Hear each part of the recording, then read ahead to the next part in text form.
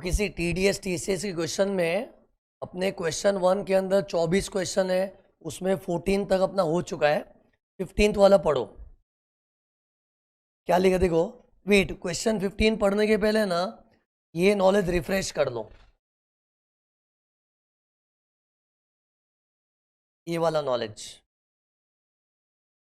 194 आई है, purchase of immovable property में rule क्या है?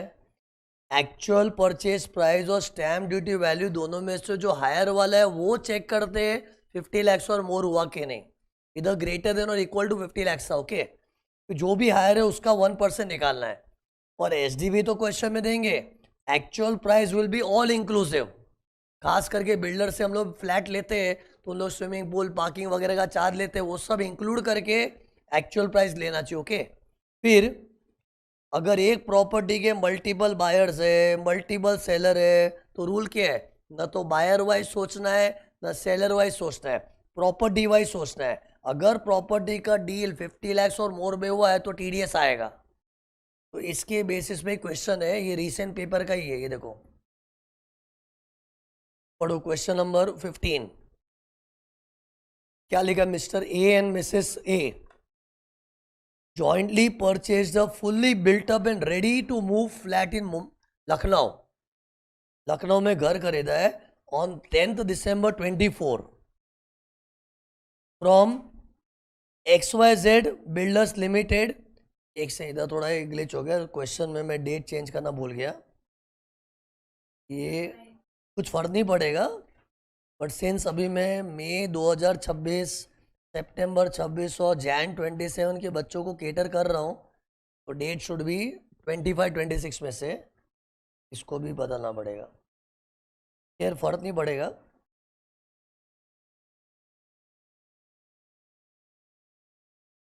तो क्या लिखा था? बिल्डर से फ्लैट खरीदा है कितने में? 86 लाख में। 86 लाख फ्लैट की परचेज प्राइस है। In addition they have paid amount of 4 lakh for 2 parking spaces. इस पार्किंग के लिए 4 लाख एक्स्ट्रा दिया है। फिर they have also made one time generator cost का पेमेंट 2,50,000। स्विमिंग पूल की कॉस्ट का भी 1.5 लाख देना पड़ा था। पर ये सब इंसिडेंटल चार्जेस है, और मैंने पढ़ाया था ना कि इंसिडेंटल चार्जेस को इंक्लूड करके चेक करना है। तो टेल मी, इंक्लूड करके क्या हो गया?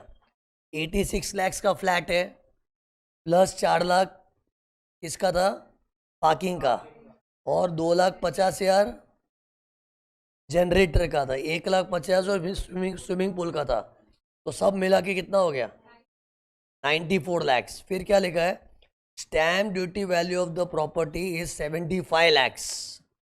लेकिन अपना रूल क्या है? या तो स्टैम्प ड्यूटी वैल्यू जो कि 75 लाख से अपने एग्जाम क्वेश्चन में, और एक्चुअल प्राइस कितना है ऑल इंक्लूसिव 94 लाख। तो विचर इज हायर क्या है? 94 लाख। इस पे 1% TDS अप्लाई करना है। लेकिन सी 94 लाख तो हाउस की वैल्यू निकली, इसके पे करने वाले दो बायर है। ये देखो लिखा था क्वेश्चन में,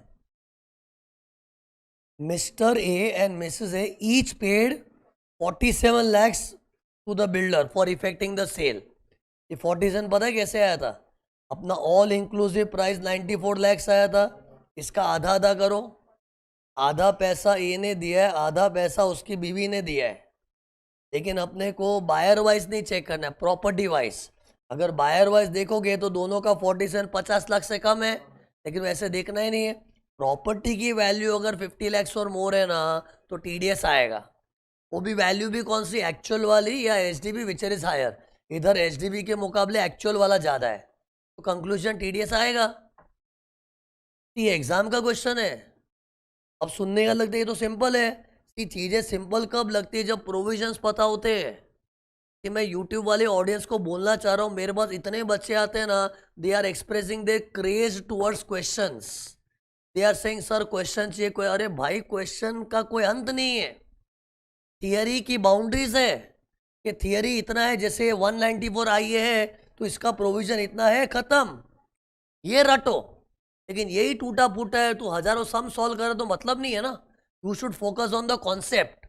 बाकी ठीक है, मुझे यूट्यूब की ऑडियंस को सेटिस्फाई करने के लिए सम्स भी करवाने पड़ते, ये करवाने पड़ते, लेकिन अगर मैं अपने एंगल से सोचूं ना, थियरी पढ़ के ही चला जाओ बस।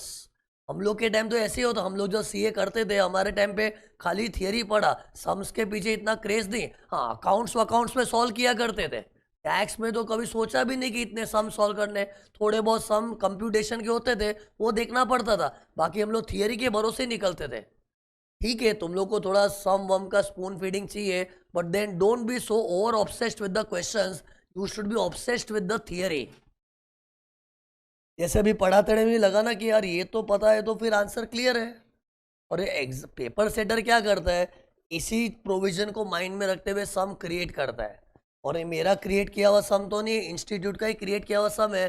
तो क्रिएटर ने ये provision back of the mind रख के क्रिएट किया ना, और जानबूझ के सम ऐसा बनाया कि इंडिविजुअली देखोगे ना, ए और मिसेस ए 47 लाख 50 से कम लग रहा है, लेकिन टोटल में देखोगे तो 94 लाख है, वो भी including incidental charges. In short TDS आएगा under section 194 IA। 1% of what, 94 lakhs का 1%। 1% है ना इधर। तो क्वेश्चन 15 था। फिर क्वेश्चन 16 देखना, ये भी एग्जाम में आया था। जब एग्जाम में आते लोग घबरा जाते, लेकिन मैं तुमको पूरा थियरी से मैच करके बताऊंगा, देखना। पढ़ो ये क्या लिखा है। Urban cooperative bank engaged in the business of banking paid FDR of 100 crore with Union Bank of India at the rate of 2.5% per annum interest as per RBI guidelines for maintaining capital adequacy ratio। किसने किधर FD बनाई? एक cooperative bank ने union bank के साथ FD बनाया है। 100 करोड़ की एफडी है, उस पर ब्याज कितना मिल रहा है? 2.5%। एफडी इंटरेस्ट की बात हो रही है, याद रखना। फिर the cooperative bank is also maintaining current account with UBI, वो यूनियन बैंक ऑफ इंडिया, उसके साथ हमारा करंट अकाउंट भी है। एफडी तो है ही, करंट अकाउंट भी है। और उस करंट अकाउंट से हमने 4 करोड़ का कैश विड्रॉ किया है during the financial year. Again sorry, इधर ईयर में ग्लिच हो गया, पता नहीं, मैंने सब चेंज किया था। ये 25-26 है। ठीक है, इससे कुछ आंसर में फर्क नहीं पड़ेगा।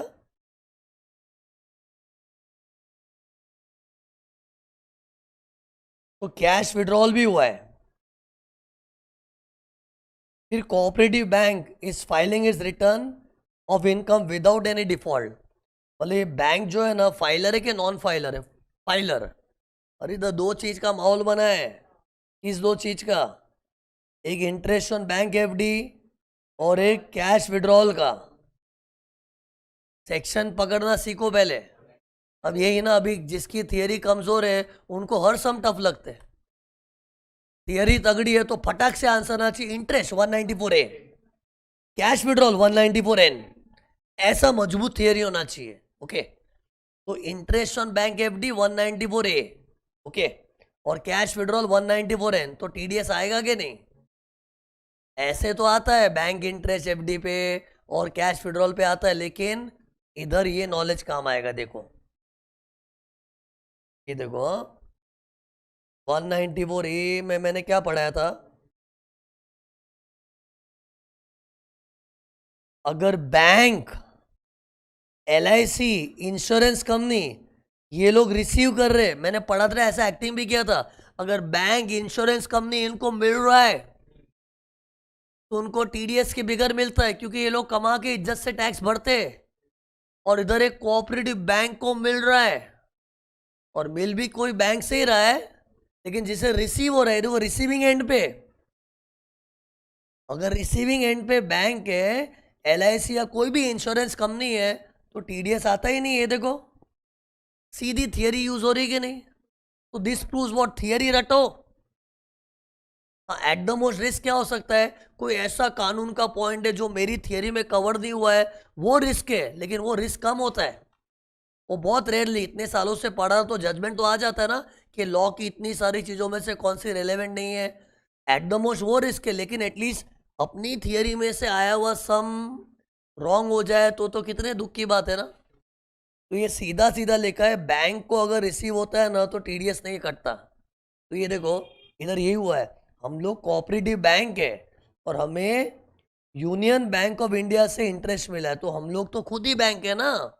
कोऑपरेटिव तो क्या है, सिर्फ पूरे इनकम टैक्स में ना जिधर भी बैंकों का जिक्र हुआ है ना, it includes cooperative bank.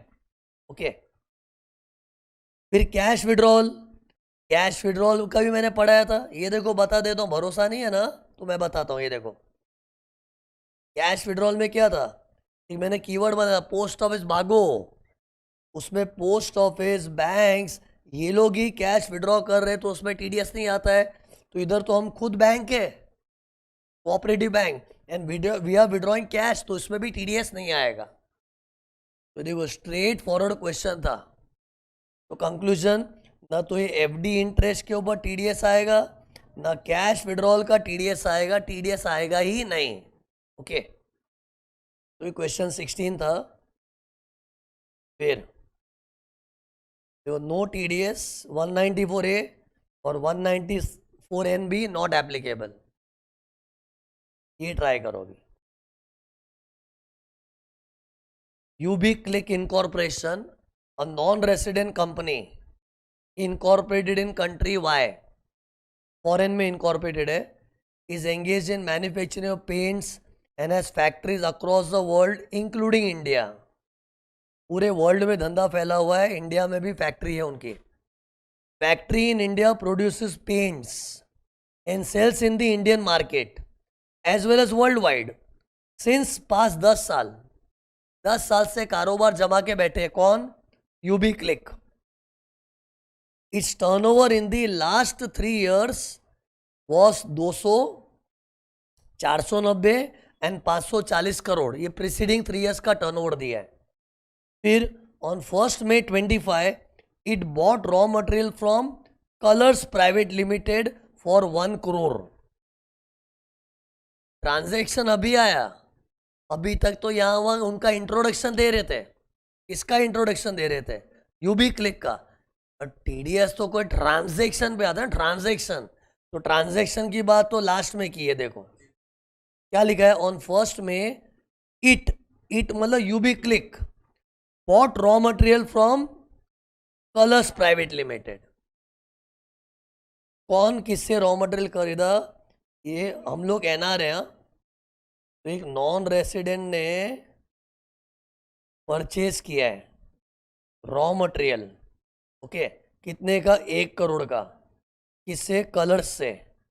Colours तो कोई इंडिया की कंपनी लिखा था, देखो कलर्स प्राइवेट लिमिटेड, ये कुछ नहीं बोला तो ये इंडिया की कंपनी है। हाँ लिखा भी है, सॉरी डोमेस्टिक कंपनी लिखा भी है ना। तो बताओ इसमें क्या करना चाहिए, कौन सा सेक्शन अट्रैक्ट होता हुआ लग रहा है? परचेज ऑफ गुड्स में रॉ मटेरियल भी आता है ना, तो 194Q आएगा, 194Q। लेकिन 194Q के लिए कंडीशंस क्या थी? बायर का गए साल का टर्नओवर 10 करोड़ के ऊपर होना चाहिए और एक ही जन से 50 लाख से ज़्यादा का माल खरीदा है। तो टेल मी, पहले बायर कौन है? इधर बायर यूबी क्लिक, और उसका गए साल का टर्नओवर ये रहा। अपने को पीछे के 3 साल नहीं देखने, पीछे का एक ही साल देखना है, और वो 540 करोड़ है। कंडीशन तो बोलती 10 करोड़ के ऊपर, ही तो 540 है, तो बायर का गए साल का टर्न 10 करोड़ के ऊपर है, और हमने जो माल खरीदा वो भी 50 लाख से ज़्यादा होना चाहिए, तो हमने तो 1 करोड़ की शॉपिंग की है, परचेजिंग की है, तो टीडीएस तो आएगा ही। लेकिन इधर नॉन रेसिडेंट है, क्या करे इसका? मैंने तुमको ठोक ठोक के कितनी बार सिखाया बताओ कि रेसिडेंट नॉन रेसिडेंट का झमेला किधर है बताओ। नहीं ये मैं दिखाऊंगा, 10 बार बोला है मैंने, बार बार बोलते रहूंगा। ये किधर गया है ये वाला पेज? हाँ ये बहुत काम का पेज है, सीरियसली बता रहा हूँ। टेल मी, पेयर में हमारा कंसर्न क्या होता है कि अगर रांचीज हुआ तो स्मॉल लोग को टीडीएस नहीं काटना है, ये पेयर में कंसर्न है। रिसीवर में अपना कंसर्न हाँ रेसिडेंट नॉन रेसिडेंट का होता है, और उधर क्या सोचना चाहिए, रेसिडेंट है तो सीडी वगैरह सीपी वाले सेक्शनों में टीडीएस आएगा, एनआर है तो अलग ही दुनिया के सेक्शन है 195, और वो रिसीवर में देखना चाहिए। और इधर इन लोग नॉन रेसिडेंट किसको बना रहे हैं, रिसीवर को कि पेयर को? पेयर, अरे यूबी क्लिक ने माल खरीदा है तो पेमेंट इन लोग ने किया है कलर्स को। अरे हम लोग रॉ मटेरियल खरीदते तो हमें पैसे देने पड़ते, तो UB Click non resident payer है, और पेयर में इन लोग अगर बोले ना क्या आर है एनआर है, उससे कोई फर्क नहीं पड़ता है। पेयर में कब फर्क पड़ेगा? स्मॉल इंडिविजुअल एचओ आया तो, वो भी रांचीज हुआ तो इन लोग ने पेयर को इधर नॉन रेसिडेंट बनाया है, सो व्हाट। हाँ, अगर रिसीवर ही बोल एनआर होता तो टीडीएस के सेक्शन की दुनिया ही अलग है, 195 ऑनवर्ड्स। लेकिन रिसीवर, और यहां रिसीवर कौन है ट्रांजैक्शन में? Colours, which is a domestic company which is resident, और रिसीवर रेसिडेंट है तो सीडी वक्रफ सीपी के सेक्शन लगेंगे, और 194 क्यू वो सीडी वक्रफ की दुनिया में ही आता है, तो इसमें टीडीएस आएगा। बट कितने पे? 1 करोड़ का माल खरीदा तो 50 लाख काटो, बैलेंस पे 0.1% टीडीएस आएगा। लेकिन सी 194 क्यू के मामले में ना सीबीटीटी ने स्पेशल सर्कुलर दिया था। क्या सर्कुलर था ना, ये देखो, एक से इधर ही बता रहा हूँ कि अगर कोई नॉन रेसिडेंट पे करता है परचेज ऑफ गुड्स के लिए, पेमेंट हो रही है, एरो का मतलब पे कर रहे हैं। क्यों पे किया? क्योंकि हमने गुड्स खरीदा है। और कभी भी नॉन रेसिडेंट पे करता है ना गुड्स के लिए, तो उसमें क्लैरिफिकेशन आया था, अगर उस एनआर का इंडिया में पी है तो ही टीडीएस एप्लीकेबल करवाएंगे। ये ऐसा बोला है इसलिए, वरना पेयर की साइड में हम लोग आर एनआर का बॉदरेशन रखते ही नहीं है। आर एनआर की बॉदरेशन हमें कब होती है? रिसीवर साइड में। पेयर की साइड में आर एनआर का कोई फर्क नहीं पड़ेगा, लेकिन खास 194 क्यू के लिए, खास उसके लिए ये सर्कुलर आया था। उस सर्कुलर में इन लोगों ने कई बातें की थी। पता है क्या क्या बातें की थी? पहले बोला था कोई कंपनी ही नहीं इनकॉर्पोरेट हुई है तो उसका गए साल का 10 करोड़ तो मालूम ही नहीं पड़ेगा, ऐसा सम आया था।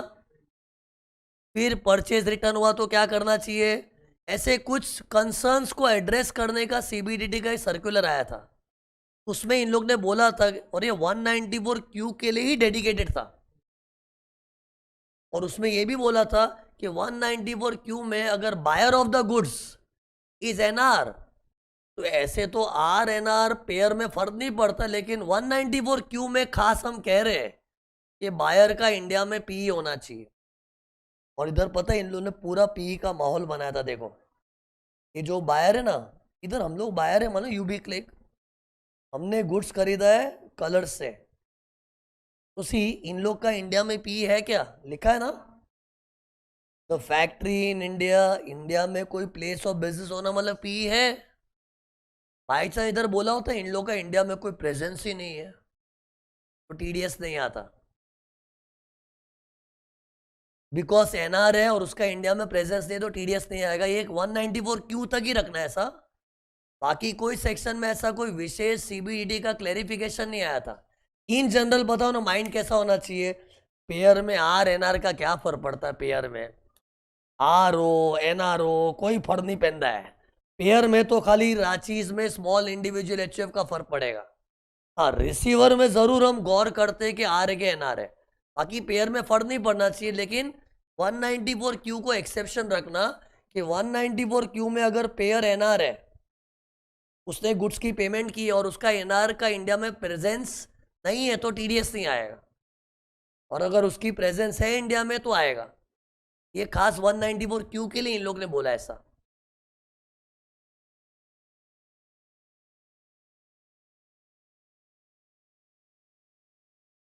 बराबर। तो ये देखो, इधर पी का लिखना पड़ा मेरे को, क्योंकि पी है, और वो भी कंडीशन लिखा है, गए साल का टर्नओवर 10 करोड़ के ऊपर है, 50 लाख के ऊपर है। 50 लाख क्यों? 1 करोड़ में से 50 कट करके बैलेंस पे टीडीएस आएगा 0.1%। ऐसा लिमिट कट करके बैलेंस पे आता है, कहाँ है? 194 क्यू, 194 एन कैश विड्रॉल, और टीसीएस में फॉरेन रेमिटेंस में 10 लाख की छूटे बैलेंस पे टीडीएस टीसीएस आता है, टीसीएस। तो ये था ये सब रिसेंट दिनों के या तो पास्ट पेपर या रिसेंट दिनों के आरटीबी में से उठाए हुए क्वेश्चन है। कि जो लोग मेरा कंटेंट फॉलो करे उसको ब्लाइंडली फॉलो करो। अगर मेरे पीएम में कुछ नहीं है तो मैंने एक्स्ट्रा के फॉर्म में दिया हुआ है, इसको फॉलो करो और कुछ मत करना, इसी को घोट घोट के करो। एक बार हो गया, 2 बार करो, 2 बार हो गया, 3 बार, 3 बार, 4 बार करो, एक्स्ट्रा कुछ करने की जरूरत नहीं है। Okay, question number 18 read. Seal India Limited, a domestic company engaged in the business of manufacturing and selling of washing powder and bars. फिर for the purpose of promoting and to boost sales of its products, it hires agents to whom incentives and commission is paid on the basis of percentage of sale. अरे इन लोग साबुन का धंधा कर रहे रे, अब धंधा बढ़ाने के लिए इन लोग ने एजेंट लोग को रखा है और एजेंट लोग को कमीशन देके इन लोग अपने धंधे को प्रमोट कर रहे हैं। During 25-26, Prakash, a resident individual, is working as an agent for the company. Company paid him commission and incentives on the basis of target achieved by him. देखो उसको कमीशन क्या मिला है, एक तो 10 जनवरी को उसको कमीशन मिला था 3,35,000 का और उसको कुछ अदर इंसेंटिव्स भी मिले थे। मतलब एजेंट की मेन कमाई तो कमीशन है, उसको कुछ एक्स्ट्रा भी मिला था। एक्स्ट्रा क्या मिला था नीचे लिखा है, पढ़ो क्या लिखा है। Other incentives include reimbursement of 1 lakh incurred on booking of air tickets for an event in Singapore for Prakash and his family members. अरे सिंगापुर में कोई इवेंट होगा तो इवेंट की टिकट बुक करके दे दी कंपनी ने। कंपनी ने बोला तू हमारा प्यारा एजेंट है तो सिंगापुर का इवेंट तेरे को देखना है, जाके टिकट हम लोग दे देंगे। और उसके साथ उसकी फैमिली भी गई थी। टिकट कौन बुक करके दिया, कंपनी। तो उसके लिए इंसेंटिव की तरह है ना, बिकॉज वो कंपनी का एजेंट है तो कंपनी ने क्या बोला, देख एजेंट के नाते तेरा तो कमीशन ही बनता है, लेकिन चल तू हमें बहुत पसंद आ गया, इससे हम तेरे को सिंगापुर की टिकट बुक करके देते, अपने फैमिली के साथ जाके आ। फिर उसको ही लैपटॉप भी दिया, ये देखो पढ़ो ना। Company has also given him laptop worth 60,000। ये देखो 60,000 का लैपटॉप है, 1 लाख की टिकट्स है सिंगापुर की फैमिली के लिए, तो ऐसे करके 1,60,000 हुआ। अरे करना क्या है सब में, इसी ये सब में करना क्या है, क्वेश्चन की शुरुआत में लिखा हुआ है, लास्ट में मत ढूंढो क्या करने का है। अरे मैं क्वेश्चन 1 के 24 पॉइंट्स करा रहा हूँ, तो क्वेश्चन 1 में टॉप में लिखा ही है टीडीएस वीडीएस डिस्कस करो। इधर तो इधर टीडीएस वीडीएस का कुछ आ रहा है। अरे कमीशन को देख के टीडीएस आता है कि नहीं, कमीशन के कौन से सेक्शन दे बताओ। कमीशन आते ही डीजीएच आता है, DGH insurance commission, lottery commission, other commission. और इस बार है ना मेरे को गट फीलिंग है इंश्योरेंस कमीशन पे क्वेश्चन आएगा और इन लोग ऐसा माहौल बनाएंगे कि कंपनी रिसीवर है। मैंने बताया था ना, इंश्योरेंस कंपनी में अगर जो एजेंट है जिससे कमीशन मिल रहा है वो खुद भी कंपनी है तो 10% आता है, वरना तो कमीशन का एक सार्वजनिक रेट क्या है 2%। ये पॉइंट भी आ सकता है। यार अभी तो अपने क्वेश्चन में कौन सा कमीशन है, डीजीएच का H insurance and lottery other commission है, तो अदर कमीशन, और उसमें 20,000 के ऊपर होना चाहिए तो 2% टीडीएस आएगा। तो चेक करो कमीशन तो 3,35,000 है भाई, 20 के ऊपर ही है तो टीडीएस आएगा। और ये अदर इंसेंटिव्स एक परक्यूजिट्स की तरह हो गया 194R। सी कभी भी किसी भी मनुष्य को अपनी मेन कमाई के ऊपर मिलता है कुछ, वो परक्यूजिट कहलाता है। लेकिन बिजनेसमैन लोग के लिए रूल है, एम्प्लॉय लोग को परक्यूजिट मिलता है वो 192 सैलरी के टीडीएस पे आता है। ये कमीशन एजेंट तो कोई एम्प्लॉय थोड़ी है, वो लोग तो इंडिपेंडेंट फ्रीलांसिंग की तरह कमीशन गिरी कर रहे हैं, तो उनको अपने धंधे में कमीशन के ऊपर एक्स्ट्रा इंसेंटिव मिला, चाहे वो सिंगापुर की टिकटें हो कि लैपटॉप हो, परक्यूजिट हो गया। और 194R में थ्रेशोल्ड क्या था, बोल हिम्मत है तो 194R में किधर गया, ये था 20,000 के ऊपर हुआ ना तो 10% टीडीएस आता है।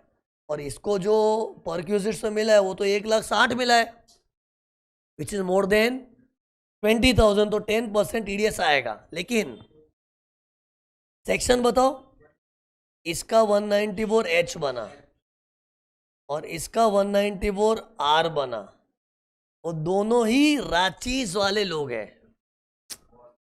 रांचीज, तुमको मैं बताऊं ना, हर सम में ना प्लीज इसका जरा केयरफुली देख लिया करो। क्या इधर क्या हो, पेयर रिसीवर ये वाला,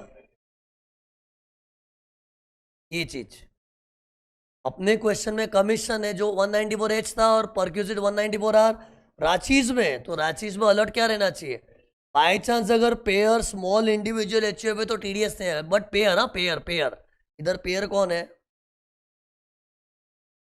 ये तो कोई कंपनी है, हाँ तो स्मॉल वॉल नहीं है। स्मॉल तो कौन होता है, इंडिविजुअल एचयूएफ, और वो स्मॉल कब कहलाता है, या तो उसका धंधा ही नहीं है, सैलरीड है, या फिर है तो गए साल का टर्नओवर 1 करोड़ क्रॉस नहीं हुआ, प्रोफेशनल है तो 50 लाख क्रॉस नहीं हुआ है, तब टीडीएस नहीं आएगा बोलना चाहिए।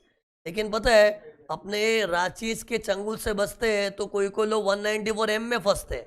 एम में कौन फंसता है, 194C प्रोफेशनल सर्विस वाला और 194H, वो लोग फंसते हैं। लेकिन वो कब, अगर मेन सेक्शन से बचे तो एम में फंसेंगे, लेकिन हम लोग तो मेन सेक्शन में पकड़े गए ना। एक सेकंड, इधर ये प्रकाश के बारे में कुछ रेसिडेंट रेसिडेंट लिखा था, एक बार मैं रिपीट कर बोल दो ना, रेसिडेंट का झमेला किधर होता है बताओ, रिसीवर की साइड पे। ये देखो कि अगर रिसीवर रेसिडेंट होता है ना तो ही ये सीडी वक्रफ के मेन टीडीएस सेक्शन लगते हैं, एनआरए तो अलग दुनिया 195। तो इधर रिसीवर को ही रेसिडेंट बना है, प्रकाश कौन है, रिसीवर, उसको पैसे मिल रहे हैं तो रेसिडेंट है, good. That is why CD वक्रफ सीपी वाले सेक्शनों को कोट कर रहे हैं, वरना अगर ये प्रकाश एनआर होता तो सीडी वक्रफ सीपी वाले सेक्शन नहीं, 195 का कोटेशन आना चाहिए, ओके 195। तो ये रेसिडेंट लिखा था इसलिए बता रहा हूं, इधर तो 195 जोन में जाने का जरूरत नहीं है। ये भी रिसेंट पेपर में आया हुआ क्वेश्चन है, तो 194H लग गया और 194R, फिर ये ट्राई करो।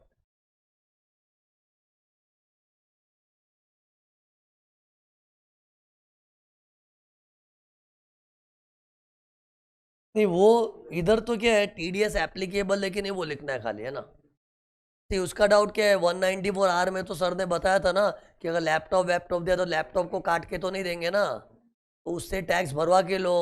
उतना डीपली इधर पूछा नहीं है क्वेश्चन में, क्या पूछा, discuss the applicability of TDS, TDS आना है कि नहीं आना है, अब उसको वर्कआउट कैसे करना है वो स्पेशली पूछे तो बताओ, कि अगर हमने किसी को कंप्यूटर लैपटॉप ही पकड़ा दिया है तो उससे टैक्स भरवा के लो, फिर उसको वो चीज़ रिलीज करो, जैसा मैंने टीडीएस में बताया था, वो बोलेंगे तो बताना है। फिर ये देखो, antiquemasters.com is an online portal for providing, sorry, that provides e-auction for antique items like coins, artifacts, etc. and operates only in India। अरे कोई वेबसाइट है, इधर क्या ऑक्शन होता है, कॉइन्स आर्टिफैक्ट्स का ऑक्शन होते रहता है। फिर owners list their items on the portal and interested buyers place the bid for them.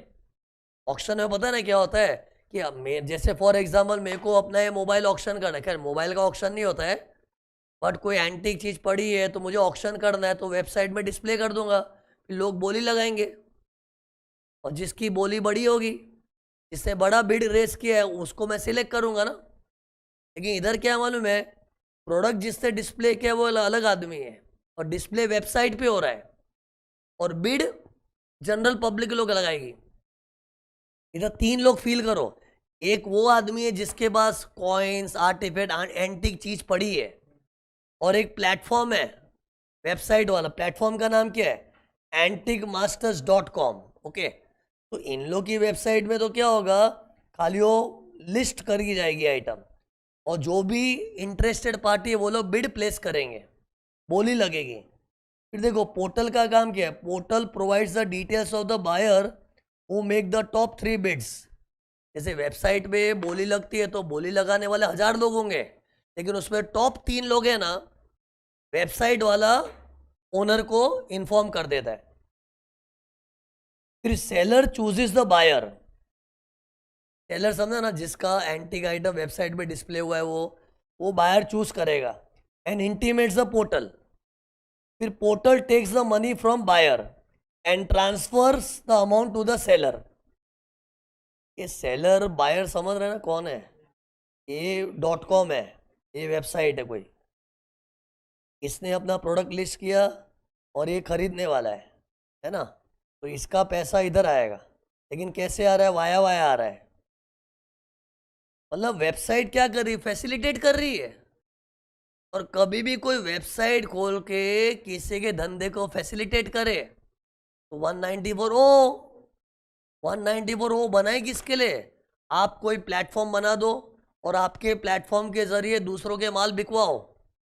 लेकिन इधर माल बिकवाने की स्ट्रैटेजी थोड़ी अलग है कि उसका माल अपनी वेबसाइट पे दिखता है, लोग बोलियां लगाते हैं, फिर बाद में जिसकी अच्छी 3 बोली है, 3 बड़ी बिड को हम उसको बता देते हैं, फिर वो सिलेक्ट करता है और पूरा रूट वेबसाइट के थ्रू ही हो रहा है। तो ये तो ई कॉमर्स ऑपरेटर वाला काम कर रहा है। तो टेल मी, इधर ऑपरेटर कौन है, पार्टिसिपेंट कौन है? वेबसाइट वाला इज ई कॉमर्स ऑपरेटर, और इसकी वेबसाइट पे जिस आदमी ने अपने एंटिक्स के सामान को लिस्ट किया है वो ई कॉमर्स पार्टिसिपेंट है। तो उसको पैसे देंगे तो टीडीएस कटेगा 194 हो 0.1%। लेकिन अगर पार्टिसिपेंट इंडिविजुअल एचयूएफ है और उसका माल 5 लाख से ज़्यादा का बिक्री नहीं हुआ है तो टीडीएस नहीं आता। लेकिन इधर देखो कितने का हुआ है, 11 लाख का सेल हुआ है, दिया था एंड में। और ये ई कॉमर्स ऑपरेटर में कमीशन वमीशन का बात करो उस पर ध्यान मत दो। मैंने क्या बोला? 0.1% is of the gross sale happening through my platform. Okay, normal TDS आएगा, ये 194 हो गया। ओनली थिंग इज मेरे एग्जाम्पल में क्या था, मेरी वेबसाइट से आईडीटी के टीचर के लेक्चर बिक रहे थे, लेकिन उधर को बोलियां नहीं लग रही थी। इधर जिसका प्रोडक्ट बिक रहा है उसके लिए बोली लगती है, मतलब अलग सिस्टम से हो रहा है, लेकिन अल्टीमेटली काम तो वही हो रहा है ना। लेकिन सी इधर एक बार क्लैरिफिकेशन आया था कि अगर मैं अपनी वेबसाइट खाली प्रोडक्ट डिस्प्ले के लिए अलाउ कर रहा हूँ, मीन्स मेरी वेबसाइट पे ना वो सेलर का प्रोडक्ट डिस्प्ले होगा, किसी को पसंद है डायरेक्ट सेलर से बात कर लो। मैं खाली डिस्प्ले करने के लिए फीस लेता हूँ कि आपके पास कोई एंटीक सामान पड़ा है, चल मेरी वेबसाइट पे डिस्प्ले कर दूंगा, डिस्प्ले करूंगा बस, बिकवाने का प्रयास नहीं करूंगा। डिस्प्ले करते टाइम किसी को पसंद आ गया वो तेरे से डायरेक्ट बात करके कर लेगा, then I'm not facilitating the sale of his product, then 194 will not apply. कितने लोग करते हैं, जैसे अमेजोन वाला क्या बोलेगा, हम क्या आपका प्रोडक्ट डिस्प्ले करके दे देंगे, किसी को पसंद आया नहीं आया, हम लोग के यहाँ पे ट्रांजैक्शन नहीं होने वाला है, ट्रांजैक्शन अब आपस में निपट लो। लेकिन इधर ऐसा नहीं था, इधर ट्रांजैक्शन भी पोर्टल के थ्रू हो रहा है। ये देखो लिखा था, पूरा क्लियर लिखा था, पोर्टल का पूरा इन्वॉल्वमेंट है। देखो, portal takes the money from the buyer and transfers to the seller, मतलब पूरा portal is facilitating the sale. Stress on the word facilitate. आज वेबसाइट खोल के मैं किसी के धंधे को फैसिलिटेट कर रहा हूँ, मतलब खाली डिस्प्ले नहीं कर रहा हूँ, फैसिलिटेट कर रहा हूँ, मतलब उसका माल बिकवाने का प्रयास कर रहा हूँ, फिर पैसा आएगा तो लेके उसको दे रहा हूँ, तब 194 ओ विल अप्लाई। और इधर ऐसा हो रहा था। ये मैंने बात क्यों छेड़ी, क्योंकि ई ऑक्शन के लिए ना स्पेशली एक बार क्लैरिफिकेशन आया था, पुरानी बात है, उधर बोला था कितने ऑक्शनियर लोग क्या करते हैं, खाली वेबसाइट पे डिस्प्ले करवाते हैं, पसंद कर लो, किसी को पसंद आएगा ना तो वेबसाइट से कुछ नहीं होगा, डायरेक्ट बायर सेलर आपस में बात करके डील कर लेते हैं, तो 194 ओ विल नॉट अप्लाई।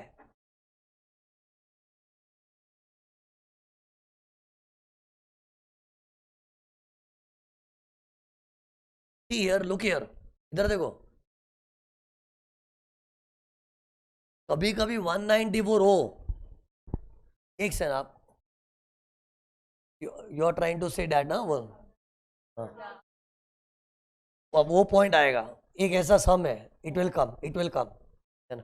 अभी मैं मिक्स कर दूंगा, लफड़ा हो जाएगा, एक राइट टाइम पे आने वाला तुम्हारा डाउट हो, इट विल कम सून। तो ये इन शॉर्ट इसमें 194 ओ आएगा, तो 194 हो 0.1% ऑफ 11 लाख। तुमको पता है अगर कोई पैन नहीं देता है ना तो 20% टीडीएस काटने का नियम है। लेकिन 194 ओ और क्यू में किसी ने पैन नहीं दिया तो 5%, याद रखना।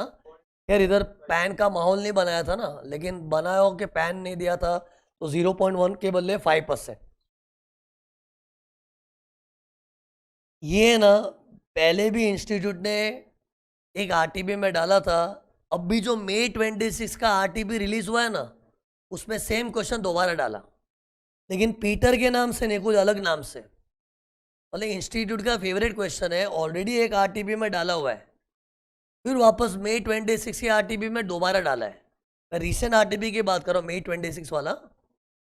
तो मतलब ये थोड़ा अच्छा लाइकली क्वेश्चन है, सेम टू सेम एग्जाम में उठा के पटक देंगे इन लोग, भरोसा नहीं है।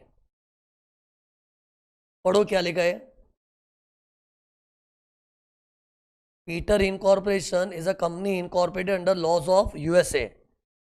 Value of its global assets is 50 crores.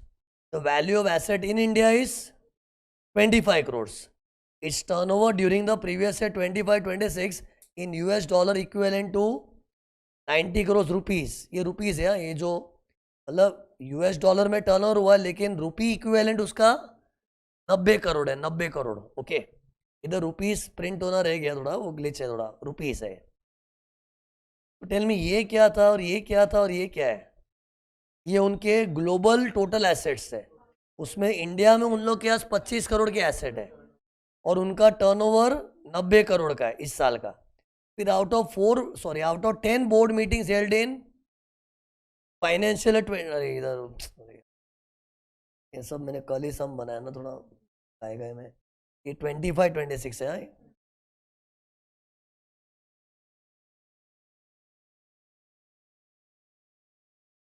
तो क्या था, during out of 10 board meetings during 25-26 only 4 meetings were held in India.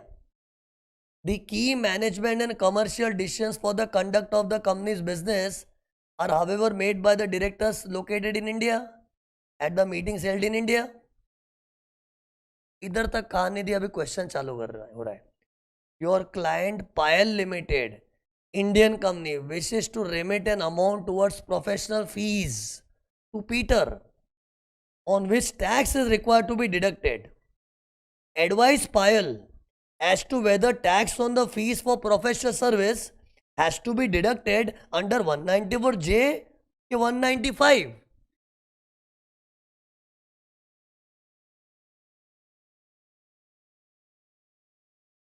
तो इधर रिसीवर कौन है?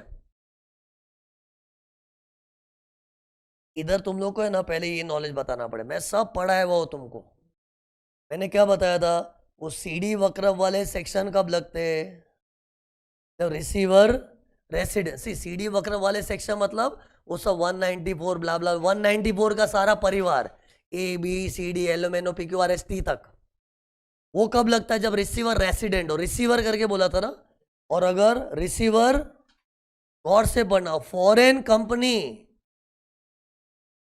या फिर नॉन रेसिडेंट है तो TDS के सेक्शन अलग हो जाते हैं, 195 जैसे दुनिया आती है। लेकिन वो फॉरेन कंपनी हुई तो, और रिसीवर का साइड चेक कर रहा हूं, तो बताओ इधर रिसीवर कौन है। पायल तो पे करने वाली, देखो ना, देखो पढ़ो, Payal wishes to remit towards professional fees. तो पायल तो पे करने वाली है, तो देखो पायल ने पे करने का था अमाउंट, किसको, पीटर को। तो रिसीवर को देखो, रिसीवर कौन है, पीटर, और ये कोई फॉरेन की कंपनी है। अरे भाइयों तथा बहनों, मैंने बच्चों को पढ़ाया है, देखो ये यूट्यूब वाले भाई बहन देख, फॉरेन कंपनियां NR रिसीवर होते, तो TDS की दुनिया अलग है। और ये अलग दुनिया कैसी, उससे पहचान भी कराई थी मैंने। और इधर सीधा सीधा लिखा है ये पीटर, ये दो क्या लिखा, company incorporated in US law. और फॉरेन कंपनी का मालूम कैसे पड़ता है, मालूम बताओ, कंपनी नहीं, पोयम नहीं रहे, पोयम तो RNR डिसाइड करने के लिए होता है। कंपनी इंडियन है के फॉरेन इनकॉर्पोरेशन पे, मिक्स मत करो। देखो पहले तो कंपनी इंडियन है के फॉरेन इनकॉर्पोरेशन पे डिपेंड करता है, फिर इंडियन है तो हमेशा रेसिडेंट, फॉरेन की कंपनी है तो RNR पोयम पे डिपेंड करता है। लेकिन कंपनी का इंडियन पना, फॉरेन पना, वो इनकॉर्पोरेशन पे निर्भर करता है। तो यहां बताओ कंपनी का इनकॉर्पोरेशन कहाँ हुआ है? यूएस के लॉ में हुआ है। अरे यूएस के लॉ में हुआ है मतलब दे आर फॉरेन कंपनी। और ये पीटर रिसीवर है। कौन दे रहा है उसको? पायल पैसा दे रहा है। और कभी भी रिसीवर फॉरेन कंपनी या फिर एनआरओ, तो टीडीएस की दुनिया अलग हो जाती है। अलग दुनिया मतलब 195 वाला टीडीएस लगता है। तुमको पता है इस पे क्लैश क्यों हो रहा है मालूम है? क्योंकि सी फॉरेन कंपनी इस सब में देखोगे ना रेसिडेंट बन गई है पोयम के कारण। पोयम वाला थियरी अप्लाई करोगे ना तो अपनी ये जो फॉरेन कंपनी है ना, actually it has become resident. लेकिन सी ये चीज के बारे में एकदम फिक्स रहना, फॉरेन कंपनी को लॉ ने अलग से लिखा है। एक बार foreign company is the receiver, तो चाहे वो आर हो एनआर हो कुछ फर्क नहीं पड़ेगा, टीडीएस की दुनिया अलग हो जाती है। और इन लोगों ने पता सम ऐसा बनाया ना कि सामने उसको रखा फॉरेन कंपनी है, लेकिन उसका रेसिडेंट स्टेटस निकालोगे जल्दी देख रेसिडेंट बन जाएगा। अरे तो मैं दो जगह कंफ्यूज हो गया। सी एक तरफ से फॉरेन कंपनी क्यों दिख रहा है? क्योंकि इनकॉर्पोरेटेड इन यूएसए, तो फॉरेन कंपनी है। लेकिन अभी मैं तुमको सम डिटेल में पढ़ाऊंगा ना, वो पोयम वोयम की कंडीशन के कारण वो लोग रेसिडेंट बन गए। और रेसिडेंट बन गए तो सीडी वक्रफ वाले सेक्शन लगने चाहिए। और सीडी वक्रफ की दुनिया में 194 जे है, और अगर वो दुनिया छोड़ू तो 195 है। तभी तो क्वेश्चन अंत में क्या पूछ बैठा, जे के 195। क्वेश्चन की भावना समझ। एक सेकंड पहले मैं साबित करता हूं कि पीटर ऐसे foreign company but they are resident. बताओ कैसे रेसिडेंट बोल रहा हूं मैं? मेरे को किसी का कोई भरोसा नहीं रहता, इससे मैं सब तैयारी करके रखता हूं। ये देखो किधर गया ये रेसिडेंट नॉन रेसिडेंट कैसे डिसाइड करते हैं?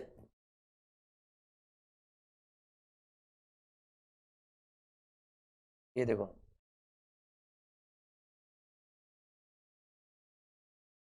फॉरेन कंपनी के लिए आर एन आर का मगजमारी होता है, इतना याद रखना। टेल मी अगर कोई कंपनी इंडिया में इनकॉर्पोरेट हुई तो ऑलवेज रेसिडेंट, उसमें पोयम का झमेला मत पालना कभी। हाँ, but foreign company which is incorporated abroad, it can be R N R depending upon POEM and that depends upon ये चार्ट। तो अब इस क्वेश्चन में बताओ फॉरेन कंपनी है? हाँ बोल है। क्यों? क्योंकि इन लोग का यूएस में इनकॉर्पोरेशन हुआ है, सही। फिर बाद में क्या चेक कर दे, एक सेकंड में चार्ट से आऊंगा। टर्नओवर देखो 50 करोड़ वाले कि मोर देन 50 करोड़ वाले? मैं बता दो कैसे है। इधर ये लिखा है टर्नओवर 90 करोड़ से, मतलब मैं अपने चार्ट में इधर आ गया मोर देन 50 करोड़। तो ऐसे में अपने एक्टिव बिजनेस वाला टेस्ट चेक करते, और उसके लिए 4 परीक्षा पास करनी पड़ती है। मैंने ऐसे बताया ना एग्जाम जैसा है, 4 टेस्ट पास करनी पड़ती तब जाके एक्टिव बॉय होता है। पहली टेस्ट क्या थी? Passive income less than equal to 50%, लेकिन उसके बारे में सब में कुछ दिया ही नहीं है। एसेट्स इन इंडिया कितने होने चाहिए? Less than 50। इधर लेस देन है कि एग्जैक्ट 50? एग्जैक्ट है। देखो ग्लोबली इनके पास 50 करोड़ का एसेट्स है। ग्लोबल, ग्लोबल मतलब पूरे दुनिया का। इंडिया में कितना है? 25। तो 50 में 25 कितना परसेंट होता है? एग्जैक्ट 50। और अपनी कंडीशन क्या बोलती है? लेस देन 50 होने चाहिए, लेकिन अपना तो डॉट 50 है। इधर ग्रेटर देन लेस देन पे ध्यान दो। हाँ, तो बिकॉज ये लेस देन 50 नहीं है ना, हम लोग इधर फेल हो गए। और इधर फेल हो गए मतलब एक्टिव बॉय यस के नो? नो हो गया। फिर क्या करते? डिसीजन मेकर को देखो, वो कंपनी के डिसीजन मेकर कौन है और वो लोग की डिसीजंस कहां लेते हैं, वो दिया है सम में। ये देखो पढ़ो क्या लिखा है। की management and commercial decisions for the conduct of the company's business are made by directors located in India at meetings held in India। मतलब कंपनी के जो मेन डिसीजन है वो डायरेक्टर लोग लेते हैं। वो भी डायरेक्टर कहाँ के? इंडिया के। ये तो यूएस वाली कंपनी में यूएस के डायरेक्टर भी होंगे, लेकिन डायरेक्टर्स, ये पढ़, इसको कुछ कर दे रहा हूँ, देखो कुछ कर दो इसको। डायरेक्टर्स लोकेटेड इन इंडिया, वो लोग डिसीजन मेकर है, और मीटिंग भी कहाँ, डिसीजंस भी कहाँ ले रहे हैं, मीटिंग हेल्ड इन इंडिया। अरे तो मैं ये वाले से इंप्रेस हो गया। सी, पहले मैं एक्टिव बॉय टेस्ट मारा, उसमें नो आया, फिर मैंने डिसीजन मेकर का पीछा किया, और डिसीजन मेकर मतलब बोर्ड मीटिंग नहीं देखना चाहिए। सी, बोर्ड मीटिंग कब देखते हैं, एक्टिव बॉय यस होता ना, तो हम लोग नंबर ऑफ बोर्ड मीटिंग से जज करते हैं। वो कब एक्टिव, मैंने पढ़ाया था यार, ये एक्टिव बॉय यस हुआ ना, तो नंबर ऑफ बोर्ड मीटिंग देखते हैं कि मेजॉरिटी नंबर बाहर होना चाहिए, तो बाहर का मानते हैं। इधर देखो, इन लोग नंबर ऑफ बोर्ड मीटिंग भी दिया था, 10 बोर्ड मीटिंग में इंडिया में 4 ही हुई थी। लेकिन बोर्ड मीटिंग की नंबर पे कब ध्यान देने का, एक्टिव बॉय यस होता तो। लेकिन अपना एक्टिव बॉय नो हो गया, तो डिसीजन मेकर के पीछे लगो। और इन लोग के की डिसीजन मेकर लोग कौन है, डायरेक्टर्स लोकेटेड इंडिया, और वो डिसीजन भी इंडिया में ले रहे हो, भी की वाले डिसीजन। तो पोएम इज इन इंडिया, और किसी फॉरेन कंपनी का पोएम इंडिया में है, तो they are resident of India. यही तो लफड़ा कर दिया ना अभी।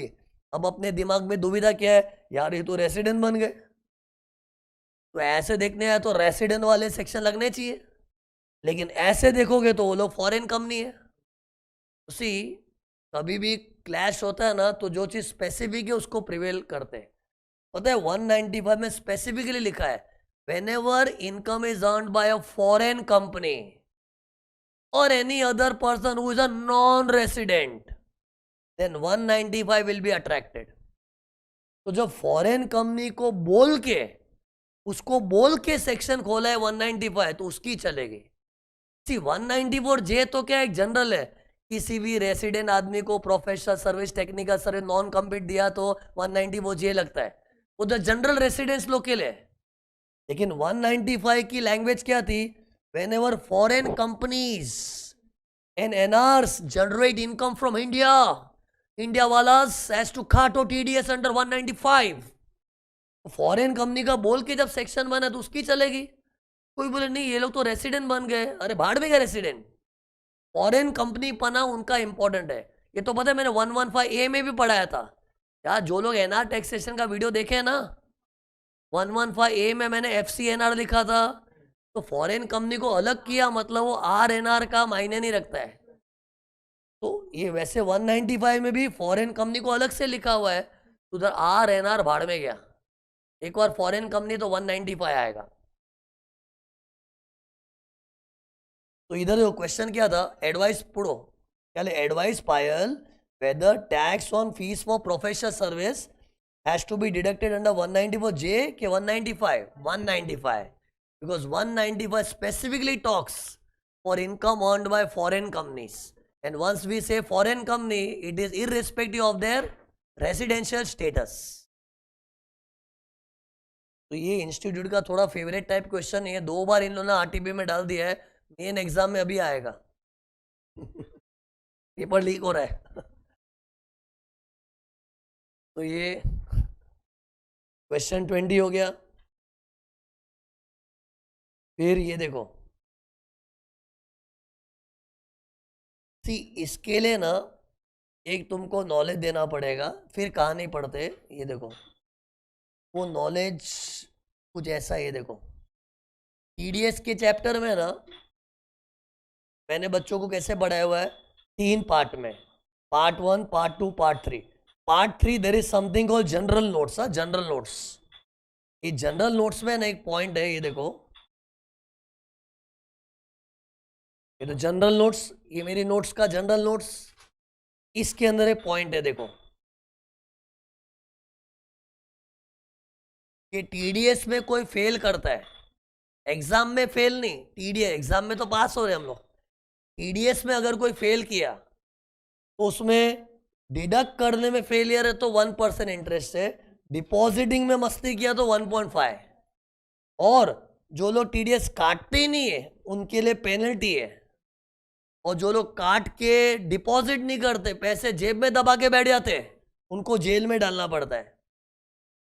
फायदे में पता है टीडीएस भी जेल कब होती है, जब मैंने कटे हुए टीडीएस को जमा नहीं किया up to the due date of that quarter. ऐसे तो टीडीएस अगले महीने की 7 तारीख को जमा करना पड़ता है, ऐसे तो टीडीएस अगले महीने की 7 तारीख को जमा करते हैं। लेकिन जेल की नौबत कब आती है, जब अगले महीने की 7 छोड़ ये क्वार्टर बीत गया और क्वार्टरली रिटर्न का जो ड्यू डेट है तब तक भी टीडीएस जमा नहीं किया तो जेल में डाल दो। बट ये जेल प्रोविजन कब आते हैं, जब डिपॉजिटिंग मस्ती हुआ तो।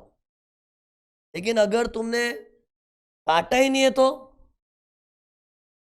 मतलब जैसे काटा ही नहीं, मैंने टीडीएस काटना ही भूल गया। टीडीएस काटने का मतलब क्या होता है, बुक्स में लायबिलिटी खड़ी करना, टीडीएस पेएबल। तो अगर टीडीएस नहीं काटते ना तो पेनल्टी लगती है। तो अभी जो क्वेश्चन करो उसमें यही झगड़ा है। उसमें हुआ क्या था, बंदे ने टीडीएस काट तो दिया था, इधर वेरी गुड था वो, डिपॉजिट में मस्ती कर दी, डिपॉजिट मस्ती। अभी जो क्वेश्चन कराऊंगा ना, रीड कराऊंगा ना, पहले देखो उसने डिडक्ट किया था, इधर गुड बॉय था वो, डिपॉजिट करने में टाइम पास कर रहा था, डिपॉजिट नहीं कर रहा था। तो टेल मी ऐसे लोग के साथ क्या होना चाहिए बताओ, जब तक तू डिपॉजिट नहीं करेगा डेट टकेगा, ब्याज चलेगा और जेल भी हो सकती है। ओके, तो आंसर ये है ना। लेकिन इन लोग क्वेश्चन में झगड़ा कर रहे थे, नहीं इसको पेनल्टी चेप दो ये वाली। अरे ये पेनल्टी कब चेपने का होता है, जब काटा नहीं है। लेकिन भाई टीडीएस काट के बैठा, जैसे मैंने तुमको है ना 100 के बदले 90 रुपया ही दिया था, टीडीएस काट कटा के रखा है, लेकिन डिपॉजिटिंग में डिले हो रहा है। तो डिपॉजिटिंग में डिले होता है ना तो प्रोसिक्यूशन हो सकता है, पेनल्टी नहीं। पेनल्टी कब आता है, जब काटते ही नहीं हो तो इस तरह का एक क्वेश्चन है। अभी देखो पढ़ोगे तो अब तुमको समझेगा। ये पढ़ो क्या लेगा, ABC private limited domestic companies engaged in software development business at Technopark which employed 700 employee, deducted TDS in respect of salary, contract payments totaling 1.1 crore। मतलब सैलरी का, वर्क्स कॉन्ट्रैक्ट का कुल मिला के 1.10 करोड़ का टीडीएस काट बैठे। ये देखो डिडक्टेड। महसूस करो इन शब्दों को, मतलब भाई डिडक्ट तो किया है, डिडक्ट नहीं समझा क्या बताना, डिडक्ट किया उसने टीडीएस। गड़बड़ क्या हुई इससे देखो, पढ़ो। इन मार्च 2025 assessor deposited part of the TDS being 38 lakhs, balance 72 lakhs was deposited later in July 26। मतलब थोड़ा तो इन लोग ने कब डिपॉजिट किया, मार्च में, और थोड़ा कब डिपॉजिट किया, जुलाई में। टोटल मार के देखो ना इसका, दोनों का टोटल क्या 110 लाख, जो कि मैच हो रहा है ना इससे 1.1 करोड़ से। तो 1.1 करोड़ का टीडीएस काटा है, लेकिन डिपॉजिट इनमें गड़बड़ क्या हुई, 38 लैक्स मार्च में डिपॉजिट किया था और 72 लैक्स जुलाई में। ओके, एक से ना इधर भी थोड़ा प्रिंटिंग मिस्टेक है। ये मार्च है ना, ये 26 होना चाहिए। अरे अपने एग्जाम में 25 26 है ना।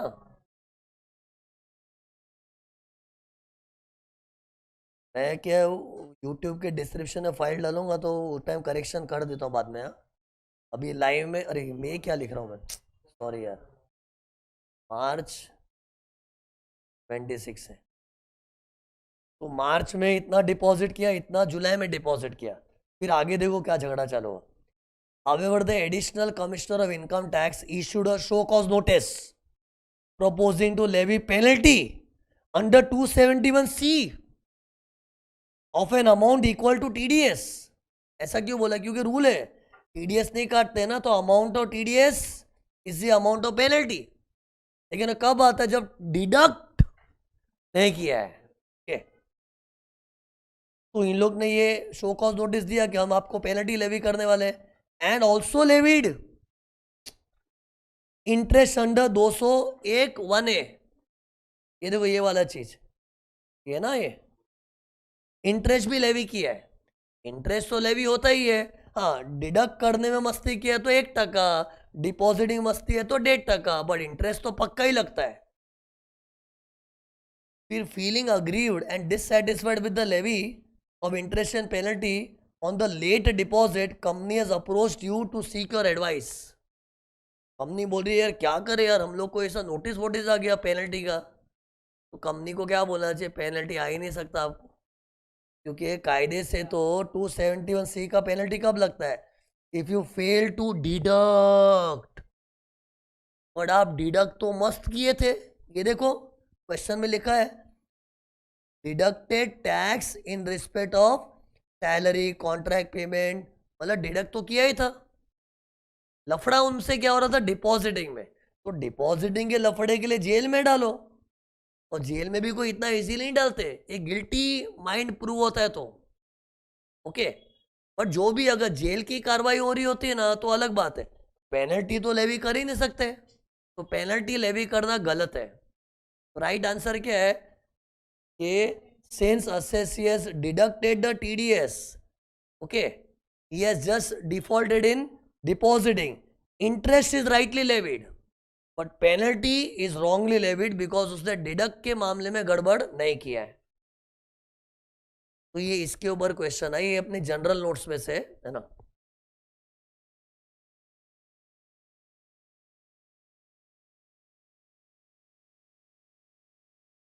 हाँ बराबर,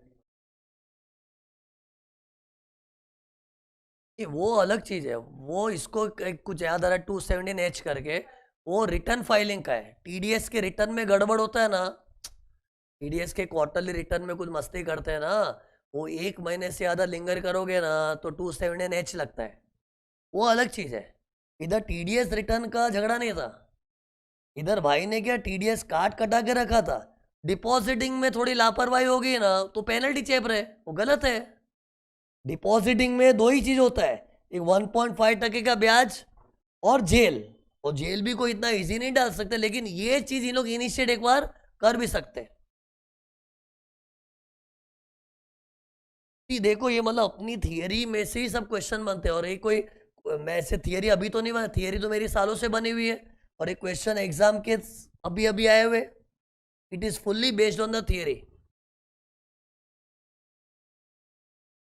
फिर ये देखो, तो देखो पेनल्टी के लिए नो लिखा है, इंटरेस्ट हाँ इंटरेस्ट में तो आएगा ही ना। फिर ये देखो smart switch private limited an emerging fintech startup based on Bangalore operates a digital platform for trading in various cryptocurrencies. Company has recently gained popularity among young investors due to its user-friendly app and attractive promotional offers. On 1st November 25, Adesh, an IT professional working in Gurugram, invested 1 lakh in PictoCoins, a cryptocurrency. On 15 December, he transferred entire PictoCoins and earned profit. कुछ crypto currency ऐसा महसूस हुआ, बाकी सब छोड़ो मैं बताता हूँ। क्रिप्टो करेंसी की फीलिंग आई तो इसका सेक्शन कौन सा लगता है बताओ, 194S लगता है, 194S, एक सेकेंड खाली नजर डाल लो उसमें, 194S था कि स्मॉल इंडिविजुअल एचयूएफ में मोर देन 50,000 का थ्रेशोल्ड था, वरना 10,000 था। लेकिन इधर कौन टीडीएस काटता है, में जो बायर ऑफ क्रिप्टो करेंसी है वो टीडीएस काट के देता है बराबर। लेकिन अब सुनो ध्यान से देखना, look, do you agree with this drawing कि कभी भी क्रिप्टो करेंसी का ट्रांजेक्शन है तो बायर जो पैसे दे रहा होता है तो टीडीएस काट के देगा। अगर बायर को छोटा मोटा है तो 50,000 के थ्रेशोल्ड के हिसाब से, नहीं तो 10,000 बराबर है। लेकिन कई बार है ना क्रिप्टो करेंसी का ट्रेड क्रिप्टो एक्सचेंज के थ्रू होता है, जैसे स्टॉक एक्सचेंज होता है ना वैसे क्रिप्टो एक्सचेंज भी होता है। फर्क इतना है, स्टॉक एक्सचेंज तो गवर्नमेंट रेगुलेट करती है, क्रिप्टो एक्सचेंज तो कोई भी प्राइवेट कंपनी अपना बना सकती है, एक मोबाइल ऐप की तरह होता है। मतलब जो क्रिप्टो के डीलर है वो मोबाइल ऐप से परचेज सेल करते हैं। तो सुनो, इसके लिए सीबीडीटी ने एक क्लैरिफिकेशन दिया था कि अगर बायर और सेलर आपस में डायरेक्ट डील नहीं करते, थ्रू क्रिप्टो एक्सचेंज करते, तो एक्सचेंज को टीडीएस का कंप्लायंस करना पड़ेगा, बायर को नहीं। जैसे ये देखो मैंने सीन बनाया, जल्दी देख। अरे मतलब बीच में एक स्टॉक एक्सचेंज जैसा क्रिप्टो एक्सचेंज है, तो बायर, अरे बायर को पैसा देना पड़ता है ना, तो बायर पैसा देगा एक्सचेंज को, एक्सचेंज पैसा देगा सेलर को, तो एक्सचेंज को टीडीएस काटना पड़ेगा। ये नॉलेज रखना। तो टेल मी, ऊपर वाली ड्राइंग कब फॉलो करेंगे? जैसे मैं इसको दे, फॉर एग्जाम्पल जो मेरे पास क्रिप्टो कॉइन है, मैंने इसको बेचा, हम लोग दोनों दोस्त आपस में कर लेते हैं ना, तो बायर काट के देगा। लेकिन मैं इसको जानता नहीं, ये मेरे को जानता नहीं, हमने क्रिप्टो एक्सचेंज के थ्रू किया था, तो बायर को टेंशन ही नहीं है, फिर पूरी रिस्पॉन्सिबिलिटी किस पे आएगी? एक्सचेंज पे। ओके, तो ये सीन याद रखना। और अपने क्वेश्चन में ऐसा हुआ है, अपने क्वेश्चन में ना एक्सचेंज का नाम है स्मार्ट स्विच। अब पढ़ेंगे तो समझेगा, स्मार्ट स्विच एक्सचेंज का नाम है, और उसने पैसा दिया है किसी आदेश नाम के व्यक्ति को। ये देखना, ये स्मार्ट स्विच है और इधर आदेश आएगा। अब पढ़ो समझेगा क्या लिखा है। स्मार्ट स्विच ने एक प्लेटफॉर्म बनाया है, क्रिप्टो करेंसी का प्लेटफॉर्म, मतलब इट्स अ क्रिप्टो एक्सचेंज। तो स्मार्ट स्विच कौन है? प्लेटफॉर्म वाला, मतलब क्रिप्टो एक्सचेंज है। फिर अभी आदेश से पढ़ो ना क्या लिखा है। Adesh IT professional working in Gurugram invested 1 lakh in Picto coins. फिर on 15 December he transfer the Picto coins. देखो ट्रांसफर का ट्रांजेक्शन आया ना, तो ही ट्रांसफर मतलब हु ट्रांसफर्ड? आदेश। तो आदेश कौन है? सेलर है। तो अपनी ड्राइंग में बिठाओ उसको, ये रहा आदेश। सेलर के यहां पे क्यों लिखा? लिखा ना ही ट्रांसफर्ड, ही ट्रांसफर्ड। और सी, कभी भी एक्सचेंज इन्वॉल्व होता है ना, तो सेलर को कट कट के मिलता है, और हमारा आदेश सेलर बन गया है। और वो मुझे कैसे मालूम पड़ा? क्योंकि मेरे को इंग्लिश आती है, उधर लिखा है आदेश ट्रांसफर्ड, तो सेल किया है। तो टेल मी, कौन टीडीएस काटेगा? ये स्मार्ट स्विच वाला टीडीएस काट के देगा। कितने पे काटेगा? फुल ट्रांजैक्शन वैल्यू पे। इन लोग ने पता है क्या किया है? प्रॉफिट दिया हुआ, इधर देखो, उसको प्रॉफिट इतना हुआ था, लेकिन उसकी कॉस्टिंग 1 लाख की थी। तो cost plus profit is equal to selling price. Sale price पे आता है, ये सेल प्राइस पे आएगा। तो सेल प्राइस क्या? 1 लाख प्लस इसको जोड़ 447,504। इसके ऊपर कौन टीडीएस काटेगा? एक्सचेंज वाला 447 समथिंग पे 1% टीडीएस काटेगा। ओके, और आदेश को नेट अमाउंट हाथ में आएगा, ये लिखना था। ओके, तो लगते याद, ये पॉइंट अच्छी तरह नोट कर लेना। ओके, फिर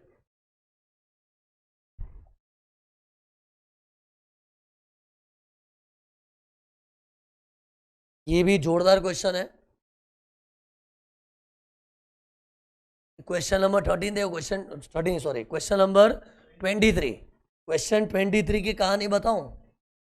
ये देखो, क्वेश्चन 23 की कहानी ऐसी है, इधर देख लोगे तो अपने क्या पैराग्राफ में उलझेंगे नहीं, बाकी ट्रस्ट में तुम लोग पैराग्राफ पढ़ोगे यही फीलिंग तुमको आएगी।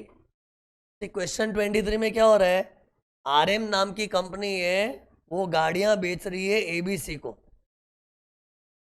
और साल में ऐसे ना 1 2 3 4 बार ट्रांजैक्शन हुआ है। पहली बार गाड़ी बेची गई थी 18 लाख में, दूसरी बार 22 लाख, तीसरी बार 9.5 लाख, चौथी बार तो एक झुंड में 3 गाड़ी बेच दी, पर गाड़ी 8.9 लाख। अब इस पे बताना है क्या आएगा? टीडीएस क्या आएगा बताओ चलो। सेल ऑफ कार में टीसीएस आता है, पर कार 10 लाख होना चाहिए, पर कार। ओके, तो टेल मी, ये 10 लाख से ज़्यादा का डील हुआ है, तो इसमें टीसीएस आएगा कितना? 1%। अरे कार में 1% था ना, और 1% पूरे पे। फिर ये भी गाड़ी 10 लाख से ज़्यादा में बिकी है, तो इसमें 1% टीसीएस आ जाएगा। लेकिन इन दोनों ट्रांजैक्शन में देखना पर कार सेल वैल्यू 10 लाख से कम है, तो ये टीसीएस के चंगुल से बच गया, लेकिन इसको 194 क्यू में ले सकते हैं।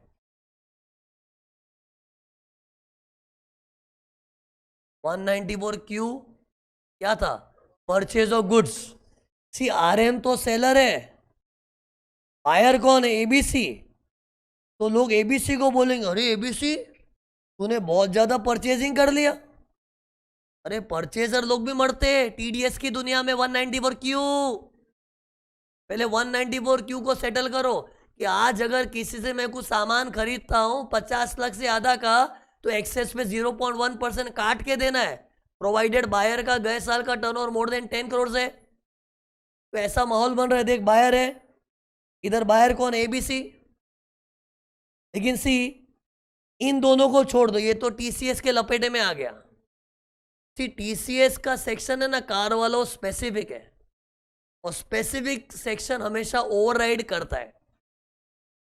सी इधर दो सेक्शनों का क्लैश हो रहा है, 194 क्यू जो टीडीएस में था और कार में टीसीएस का क्या था?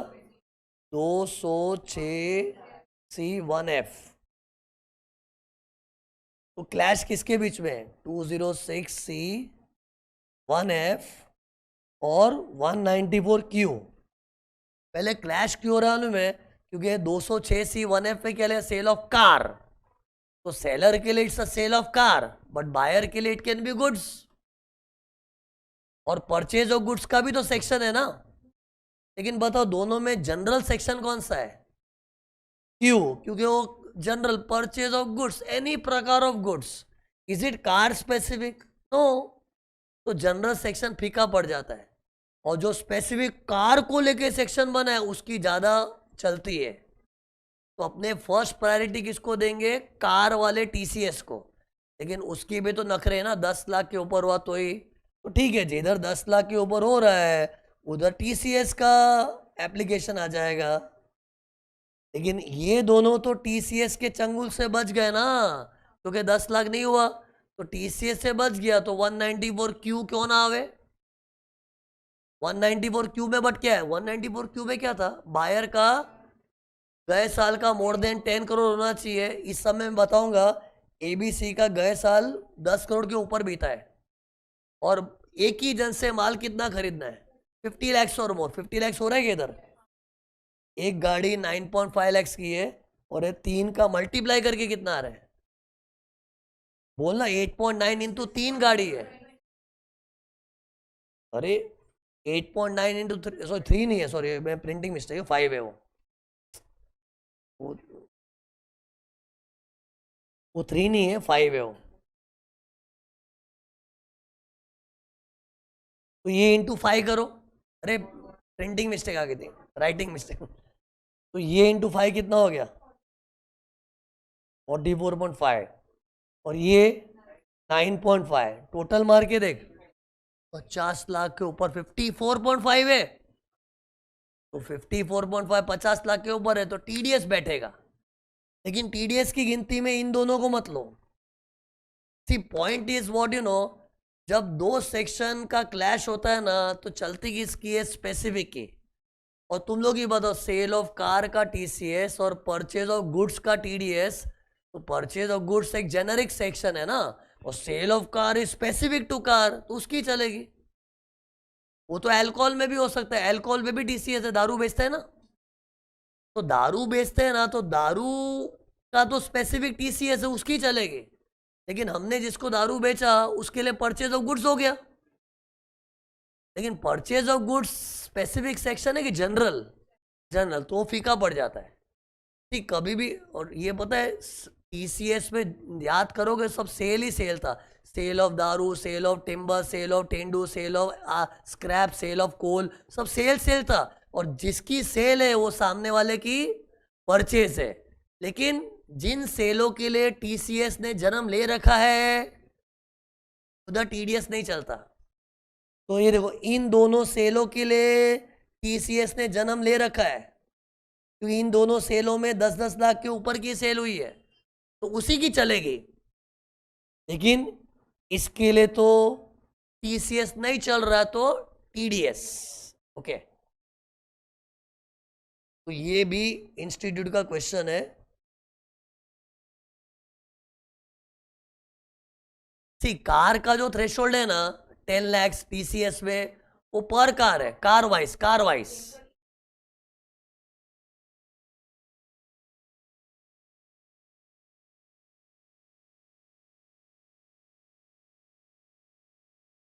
टेल मी, इसका डाउट क्या है? अपन ने इन दोनों को किस में लिया? 194 क्यू में लिया ना, लेकिन वो 50 लैक्स भी होना चाहिए। हाँ? इधर 50 लैक्स हो गया इसलिए आएगा। ऑब्वियस मीन्स इसको तो स्किप करना है। ये लोग, इन लोग का हो गया सेटल, इन लोग की जिंदगी सेट हो गई है। इनकी शादी किससे हो गई है? टीसीएस के साथ। ये लोग कंवारे बैठे, इन कंवारों का माई बाप कौन है? 194 क्यू।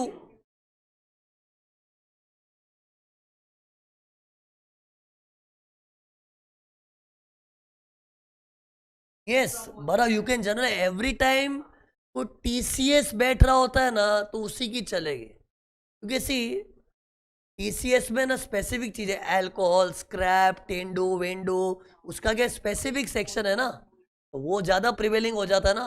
और जो 194 क्यू है वो तो क्या है? गुड्स। इधर एक और डाउट भी आ सकता है। यस यस, नहीं उधर भी स्पेसिफिक सेक्शन आ गया ना ई कॉमर्स ऑपरेटर का। See point is what you know, whenever दो सेक्शन में क्लैश होता है तो स्पेसिफिक सेक्शन की चलती है, स्पेसिफिक। एक से ना इस सब में देखो, मैंने इधर 194 क्यू में लिया था ना, लेकिन क्या बोला बायर का turnover should be more than 10 crore. वो सब चेक कर लेते एक बार ना बराबर से अभी। अब पढ़ो, RM Pathankot is Maruti car dealer. It also runs service station. Sale of car of RM for 24-25 is 8.4 crore.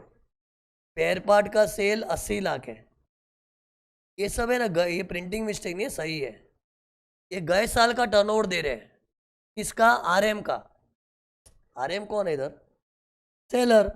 और गाड़ी के सेलर में गए साल का टर्नओवर इंपॉर्टेंट है क्या?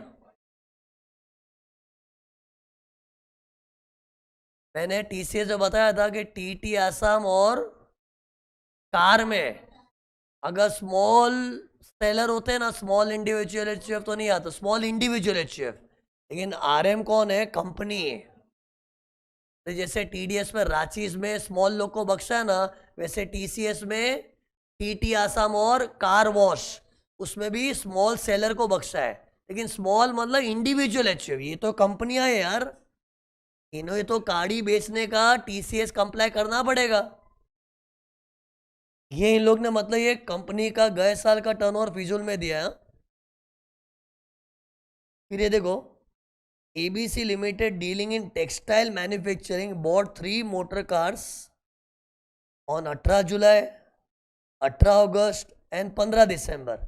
18 लाख का, 22 लाख का, 9.5 लाख का। ये दिख रहा है 18, 22, 9.5। ये देख 18, 22, 9.5, 18, 22, 9.5 सेम चीज है।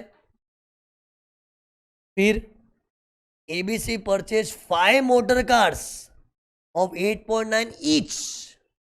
ये किधर था? ये देखो इधर था, 5 motor cars 8.9 each।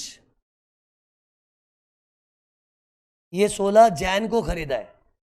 The payment against each purchase was made on the same day.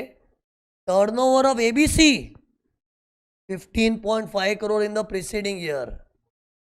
Buyer का टर्नओवर गए साल 10 करोड़ के ऊपर होता है तो ही बायर को 194 क्यों लगता है ना। तो इधर ये बायर है, उसका गए साल का टर्नओवर से 194 क्यों अट्रैक्ट हो गया। ओके, और 194 क्यू में परचेज ऑफ गुड्स में एग्रीगेट करके करते हैं। पूरे साल में एक ही जन से 50 लाख का माल लिया ना तो हाँ, इधर एक बच्चा आर्ग्यू कर सकता है, लेकिन सर एबीसी लिमिटेड के लिए गाड़ी तो गुड्स कैसे हो गया? क्योंकि एबीसी तो टेक्सटाइल के धंधे में। हाँ यार, टेक्सटाइल के धंधे में। और 194 क्यू का लैंग्वेज क्या है? Purchase of goods. तो goods can be any goods, law में एनी गुड्स लिखा है, it can be capital goods.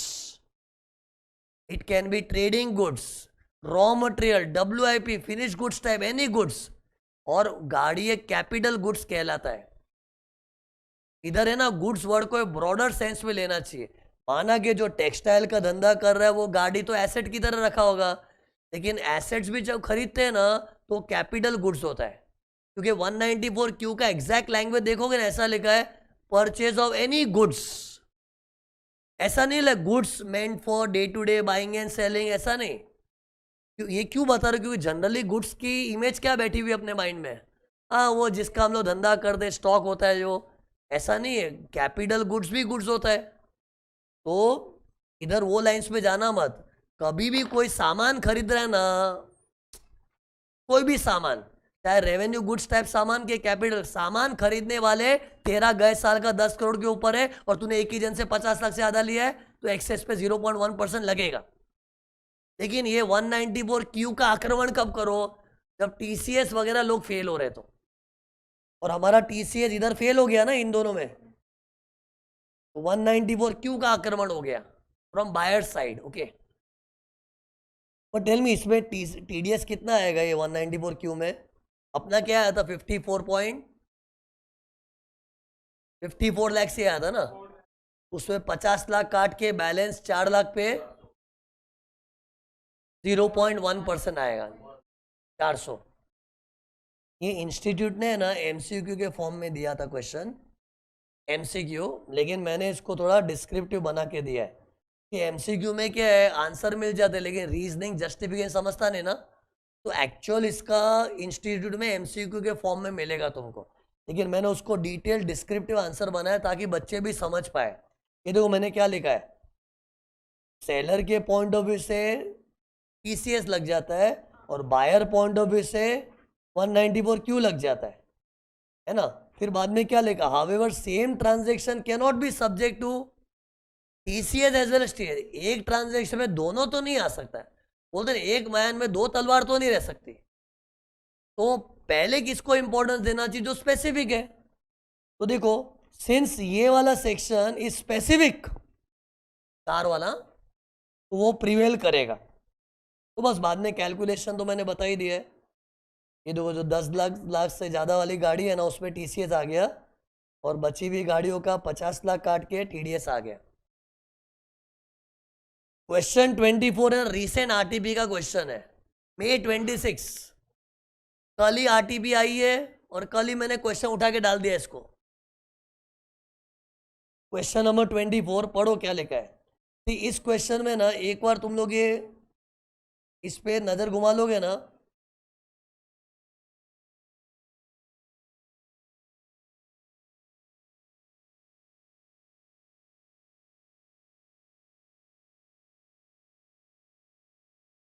ये तो इस सब में ना क्या हुआ है देखो,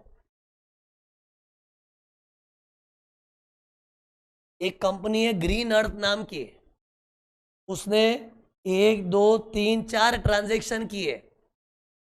एक एक करके देखो, पहले उसने टिम्बर बेचा, एरो का मतलब देखो बेच रहे हैं, स्क्रैप बेचा, बेच रहे हैं, कोल बेचा, बेच रहे हैं, और सारा TCS का दुनिया सेल पे ही खड़ा हुआ है, सेल ट्रांजेक्शन।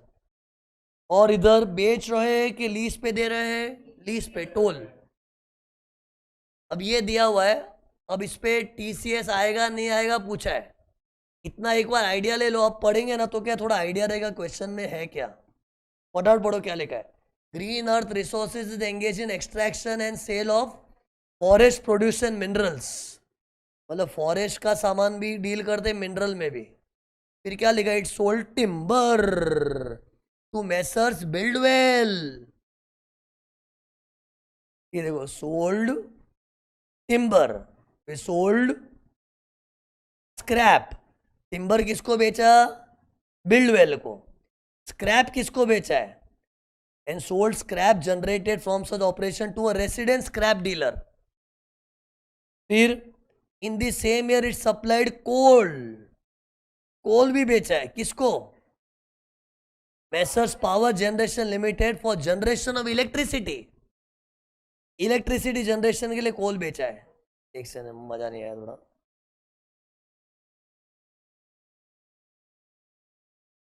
फिर क्या लिखा है, against which power generation furnished a declaration stating that coal would be used only for power generation and not for trading. इस हमने जिसको कोल बेचा है ना, वो आगे बेचेगा नहीं, वो पावर जनरेशन में यूज करेगा. Further, green earth granted a license to operate toll plaza near its mining site to National Highways Authority of India public sector company. ये देखो, ये लाइसेंस टोल प्लाजा का लाइसेंस दिया है. तो examine the applicability of TCS in respect of each transaction. Each मतलब 1 2 3 4 transaction है, और उसको मैंने कैसे पेश किया, ऐसे. तो बताओ, एक एक करके बताओ.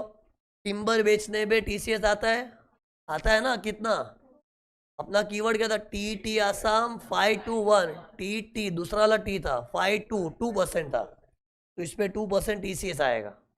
फिर स्क्रैप भी बेचा है, और स्क्रैप किधर, टी टी आसाम में एएसएम था, तो 521 1% आएगा स्क्रैप पे, बराबर ना. फिर टी टी आसाम में क्या था, एक तेंदू लीव्स था, दूसरा टिम्बर था, और क्या था, आसाम में अल्कोहल, स्क्रैप में मिनरल था.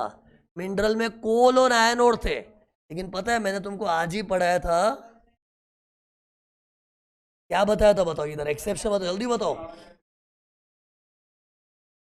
कि अगर ये टीटी आसाम की सेल पर्सनल कंजम्पशन के लिए हो रही है, मैन्युफैक्चरिंग पावर जनरेशन के लिए हो रहा है, तो टीसीएस नहीं आएगा. और इधर देखो, हमने जिसको कोयला बेचा है ना, वो पावर जनरेशन के लिए दिया हुआ है, और वो पावर जनरेशन एक्सेप्शन में था, तो टीसीएस नहीं आएगा. तो बोला था मैंने, नो टीसीएस. फिर हमने टोल प्लाजा लीज पे दिया, टोल प्लाजा चलाने के लिए. किसको दिया है, पब्लिक सेक्टर कंपनी. और मैंने तुमको बताया था, टीसीएस के अंदर मैंने बताया था, तुम लोग मना मत कर देना झूठे.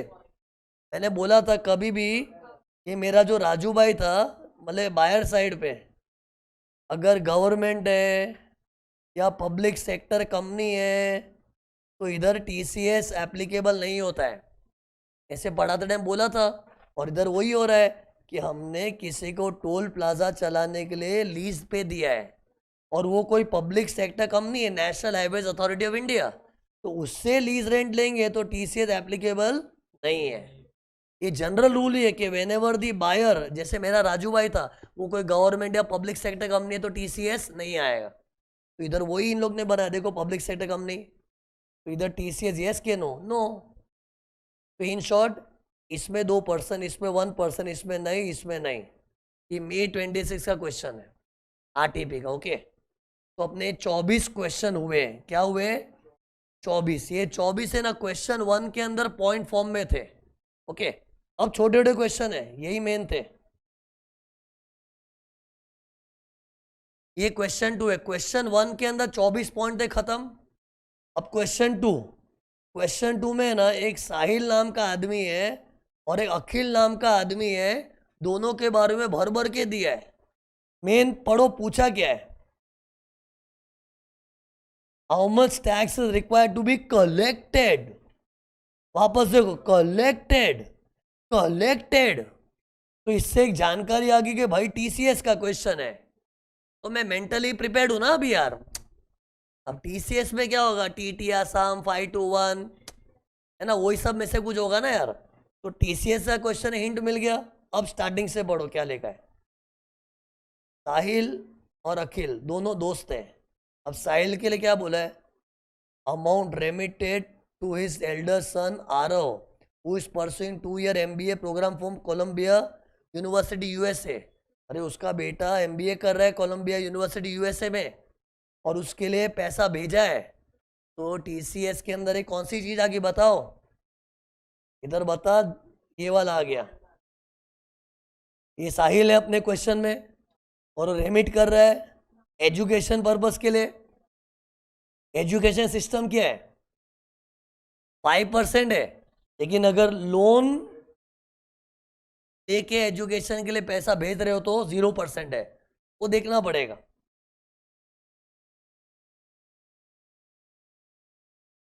अब सी इन लोग ने ना इतना सारा अमाउंट्स दिया है, देखो ये सब पूरा रेमिटेंस का डिटेल है। ये दो क्या लेगा, अमाउंट रेमिटेड में 1 2 ये सब पॉइंट्स दिए, एक एक करके पढ़ो। Out of his own saving through HDFC bank. Own money loan money में फर्क क्या पड़ता है? ओन मनी भिजवाओगे पूरा TCS लगेगा, लोन मनी भिजवाओगे एजुकेशन के लिए 0% लगेगा। तो own money loan money own money loan money पे ध्यान देने का, खास करके एजुकेशन हुआ तो। और ये भाई एजुकेशन का ही बात कर रहे हैं, तो ओन मनी लोन मनी मायने रखता है। ओन मनी हुआ तो 5%, लोन मनी हुआ तो 0%। लेकिन लोन भी किसी एरे गेरे से नहीं, बैंक्स वगैरह से लेना चाहिए। तो ये देखो ये वाला तो उसने ओन मनी से भेजा है, और वो भी कौन सा चैनल पकड़ा? HDFC को पकड़े थे लोग। An authorise dealer under LRS होता है liberalised remittance scheme of RBI। बोले RBI की स्कीम है जिसमें लोगों को इंडिया से बाहर पैसा भेजने की इजाजत मिली हुई है। तो ये देखो ट्यूशन फीस के लिए 5 जुलाई को भेजा था, फिर 3 बार और भेजा था, अरे 4 बार पैसा भेजा HDFC के माध्यम से। फिर एक्सिस बैंक से भी भेजा, एक और ऊपर ऊपर से देख लो ना। लेकिन ये ओन मनी भेजा कि लोन मनी भेजा? लोन मनी भेजा। और एक्सिस बैंक के साथ 2 बार हुआ था लोन मनी, फिर ओन मनी से भी भेजा, वो भी एक्सिस बैंक। अरे अपना 2 जन से टाका बेड़ा खाली, कौन 2 बताओ? मतलब पहली बार मैं HDFC बैंक के पास गया था, फिर एक्सिस बैंक के पास। इन दोनों के माध्यम से मैंने पैसे भिजवाए मेरे बेटे की पढ़ाई के लिए। पर्पस एजुकेशन है, वो कंफर्म है। अब कंफ्यूजन क्या है, 0% लू के 5%? और उसमें भी 10 लाख तक तो छूट है, बैलेंस पे आएगा ना। और वो 10 लाख कैसे चेक करेंगे? उसने कितना रेमिट कर दिया है, देखो बहुत रेमिट कर दिया है। अरे यहां तक ही पढ़ो ना खाली। अरे ओन मनी लोन मनी जो भी है सब रेमिटेंस 10 लाख के ऊपर हुआ है कि नहीं? हो ही गया ना। लेकिन अब इसको क्या करना पड़ेगा पता है? कभी भी मल्टीपल रेमिटेंस दिया ना, उसको क्रोनोलॉजिकल ऑर्डर में अरेंज करो। क्रोनोलॉजिकल मतलब डेट वाइज।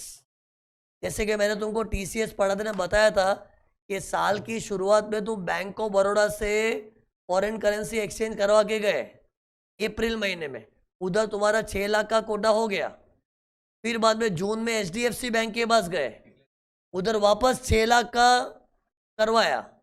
तो दूसरी बैंक को अपना डिक्लेरेशन देना पड़ता है, बोला था ना। तो वो साहिल ने सब किया, देखो ये देखो लिखा है, साहिल ने सब अंडरटेकिंग दी थी। अंडरटेकिंग देना पड़ता है ना। लेकिन वो 10 लैक्स पे ट्रैक कैसे रखते हैं? Date wise. जब भी हम लोग aggregate of the financial year करते हैं ना, तो अपने को डेट वाइज जाना पड़ता है। और ये लोग शाणे लोग क्या करते हैं मालूम है? ये एकदम हैपेसेड मैनर में देते हैं। तो पहले तो इसको डेट वाइज अरेंज करो। अरे नहीं तो अपने नजर के सामने क्या मार्च में रेमिट किया हुआ आ जाएगा? अरे मार्च में तो क्या 10 लाख कब का क्रॉस हो गया होगा? शुरुआत के 10 लाख को छूट मिली है ना, लेकिन वो शुरुआत ऑफ द ईयर ना। तो कौन सा शुरुआत ऑफ द ईयर में हुआ था, कौन सा एंड ऑफ द, अपने को डेट वाइज अरेंज करना पड़ेगा। तो बताओ इतनी सारी डेटों में पहली डेट कौन सी है? एक सेकंड में इधर लाइन कीजिए, इसके नीचे ध्यान मत डालना, पहले बता रहा हूं। सबसे अर्लीस्ट डेट कौन सा है? 10th में। उसको मैंने नंबर 1 डाल दिया, 1 दिख रहा है 1। उसके बाद अगला डेट क्या है? 1 जुलाई। अरे 5 जुलाई बाद में आता है, पहले 1 जुलाई आ जाता है यार जुलाई में। तो ये 2 नंबर आ गया, इसको 2 नंबर दे दिया। फिर आया तुम्हारा 5 जुलाई, ये सीक्वेंस में तीसरा है। अरे अपने को 10 लैक्स का जो छूट मिलेगा वो एक सीक्वेंस में मिलता है। फिर सीक्वेंस में चौथा कौन है? 29 सितंबर, देखो 4 नंबर लिखा दिख रहा है। फिर सीक्वेंस में 5वां कौन है? अक्टूबर। फिर छठा कौन है? 1 जैन। 7वां कौन है? 10th जैन। तो ये इसको मैं डेट वाइज अरेंज करूंगा। तकलीफ क्या होगी, ये आदमी ने क्या बार बार रेमिटेंस किया है, अब तू हर टाइम रेमिट करेगा, हर टाइम थोड़ी 10 लाख की छूट है। 10 लाख इज नॉट पर remittance, it is aggregate of the financial year. तो अब इसको है ना हम लोग सिस्टमेटिकली डेट वाइज अरेंज करते हैं। तो टेल मी पहला अमाउंट कौन सा आएगा? अरे पहले डेट, अभी अमाउंट बताओ। 220 था, फिर 250, फिर 450 है। तो ये देखो जल्दी, अभी डायरेक्ट इधर देखो, ये देखो मैंने डेट वाइज अरेंज करके रखा है, और हर दिन मैंने किस बैंक के थ्रू रेमिट करा, बैंक के नाम भी लिखे। बैंक का नाम क्यों मायने रखता है? क्योंकि इधर बैंक को टीसीएस कलेक्ट करना है, करेंसी डीलर। तो इधर दिमाग मत लड़ाना, ये मैंने तुमसे जो भी डेट अरेंज करवाई वो डेट वाइज खाली लिखा है। अब देखो 10th में साल चालू ही हुआ था, ये महीना है ना, तो अपने 2,20,000 का ही करेंसी एक्सचेंज हुआ था, तो 10 लाख तक तो छूटे। 10 लाख क्रॉस किया ना तब बोलेंगे ओन मनी के लोन मनी, ओन मनी के लोन मनी, ओन मनी के लोन मनी। और ओन मनी है तो 5%, लोन मनी है तो 0%। लेकिन 10 लाख तक तो बात ही मत करो ना। तो ये 10 लाख नहीं हुआ है। फिर आगे 2.5 लाख है, अभी भी 10 लाख नहीं हुआ है। फिर अरे एग्रीगेट करते हो, क्यूमुलेटिव, ये तीनों को जोड़कर कितना हुआ है? 920, अभी भी 10 लाख नहीं हुआ है। लेकिन अब देख, ये देख देख देख क्या हो गया, ये चारों का एग्रीगेट करोगे 10,10,000, मतलब 10 लाख क्रॉस हो गया। अब इधर परसेंटेज 5 क्यों लिया है मालूम है? क्योंकि ये तारीख को क्या हुआ था मैं सम पढ़ूंगा अभी। डेट देखो क्या था, 29 सितंबर है। चलो 29 सितंबर को देखते। 29 सितंबर को किधर है? 29 सितंबर, 29 सितंबर को ओन मनी भेजा गया था, ओन मनी तो आएगा ना टीसीएस। लोन मनी 0% है, ओन मनी 5%। ओके, तो ये 20, मैं इसी को क्यों पकड़ा? क्योंकि हमने 10 लाख की थ्रेशोल्ड इस तारीख को प्रिसाइसली क्रॉस की है। ये देखो 29 सितंबर, और इस दिन हमने एचडीएफसी से खुद के पैसे भिजवाए थे बेटे की पढ़ाई के लिए, तो ओन मनी इसलिए 5% लिया है कि अब तो 10 लाख क्रॉस कर दिया ना, अब तो आना ही आना है। अगला रेमिटेंस हमने एक्सिस बैंक से करवाया था, लेकिन फिर भी नील क्यों लिया है? क्योंकि एक्सिस बैंक के पास में 11 अक्टूबर याद रहे ना प्लीज, 11 अक्टूबर किधर है? 11 अक्टूबर को जो मैंने करवाया था वो आउट ऑफ लोन था, तो लोन मनी पढ़ाई के लिए भिजवाया तो 0 टीडीएस, सॉरी टीसीएस, 0 टीसीएस है, इसलिए मैंने तो 0 कर दिया। फिर अब तो 10 लाख क्रॉस हो गया है, अभी सोचना क्या है, 5% लू के 0% लू, 5% लू के 0%, that depends on own money के लोन मनी। फिर अगला ट्रांजेक्शन एचडीएफसी से हुआ था, डेट देखो 1 जैन 26, उस नेचर देखो 1 जैन 26 को एचडीएफसी से ओन मनी हुआ था, ओन मनी में तो 5% आ जाएगा ना। फिर लास्ट 3.5 लाख का ट्रांजेक्शन 10 जैन को हुआ था एक्सिस बैंक के द्वारा, एक्सिस बैंक के द्वारा 10 जैन को क्या हुआ था? लोन मनी था, और लोन मनी में 0 टीसीएस है, तो इधर 0 आ गया।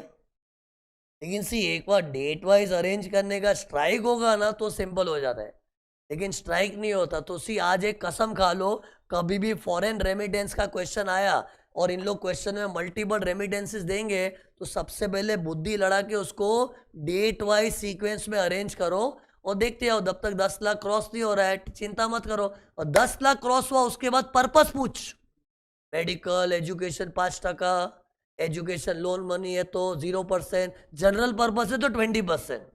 इधर जनरल पर्पस का पॉइंट घुसेड़ा नहीं था, इससे 20 की बात नहीं की मैंने। फिर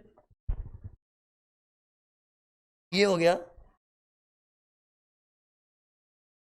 यस इधर है ना, ये ट्यूशन फीस मतलब एजुकेशन पर्पस था, और ये डे टू डे एक्सपेंस भी स्टडी पर्पस के लिए था। तो एजुकेशन संबंधित कुछ भी हुआ, चाहे वहाँ के कॉलेज की फीस हो कि वहाँ के एजुकेशन संबंधित एक्स्ट्रा खर्चे हो, education purpose is a broad term.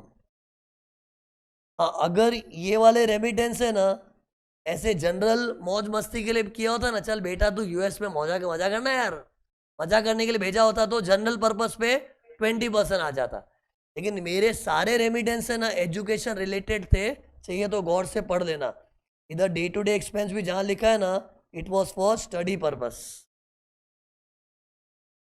फिर ये देखो इधर कुछ बोला है, to complete the formality of admission Sahil visited USA from 10th April to 13th April, for which he purchased a package tour from Gate to Travel, a foreign tour operator, and remits money under LRS on 5th April 25.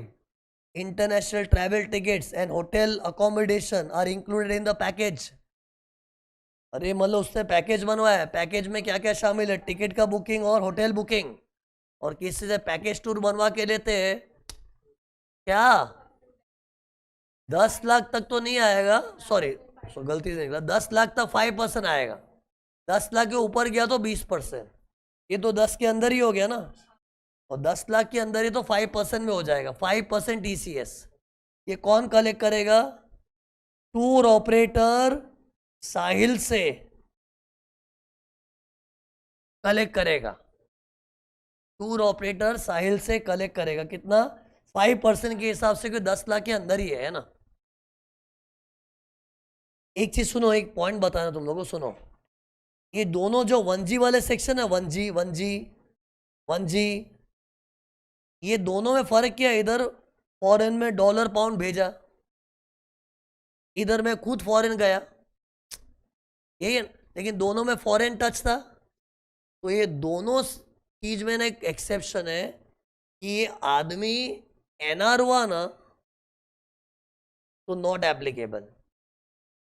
जैसे किसी package tour का जो buyer है, ये आदमी है, ये अगर एनआर हुआ तो TCS ही नहीं आएगा। क्यों बताऊंगा फिर।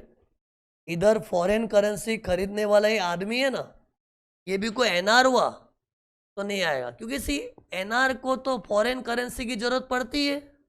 ऐसे चार आंखें करके गवर्नमेंट थोड़ी देखेगी, ओ फॉरेन डॉलर, क्यों, मैं एनआर हूं। सी हम जैसे देसी लोग लंदन जाते तो लोग बात बना, लंदन जा रहा है, यूके जा रहा है, लोग बातें बना, क्योंकि हम लोग देसी लोग हैं।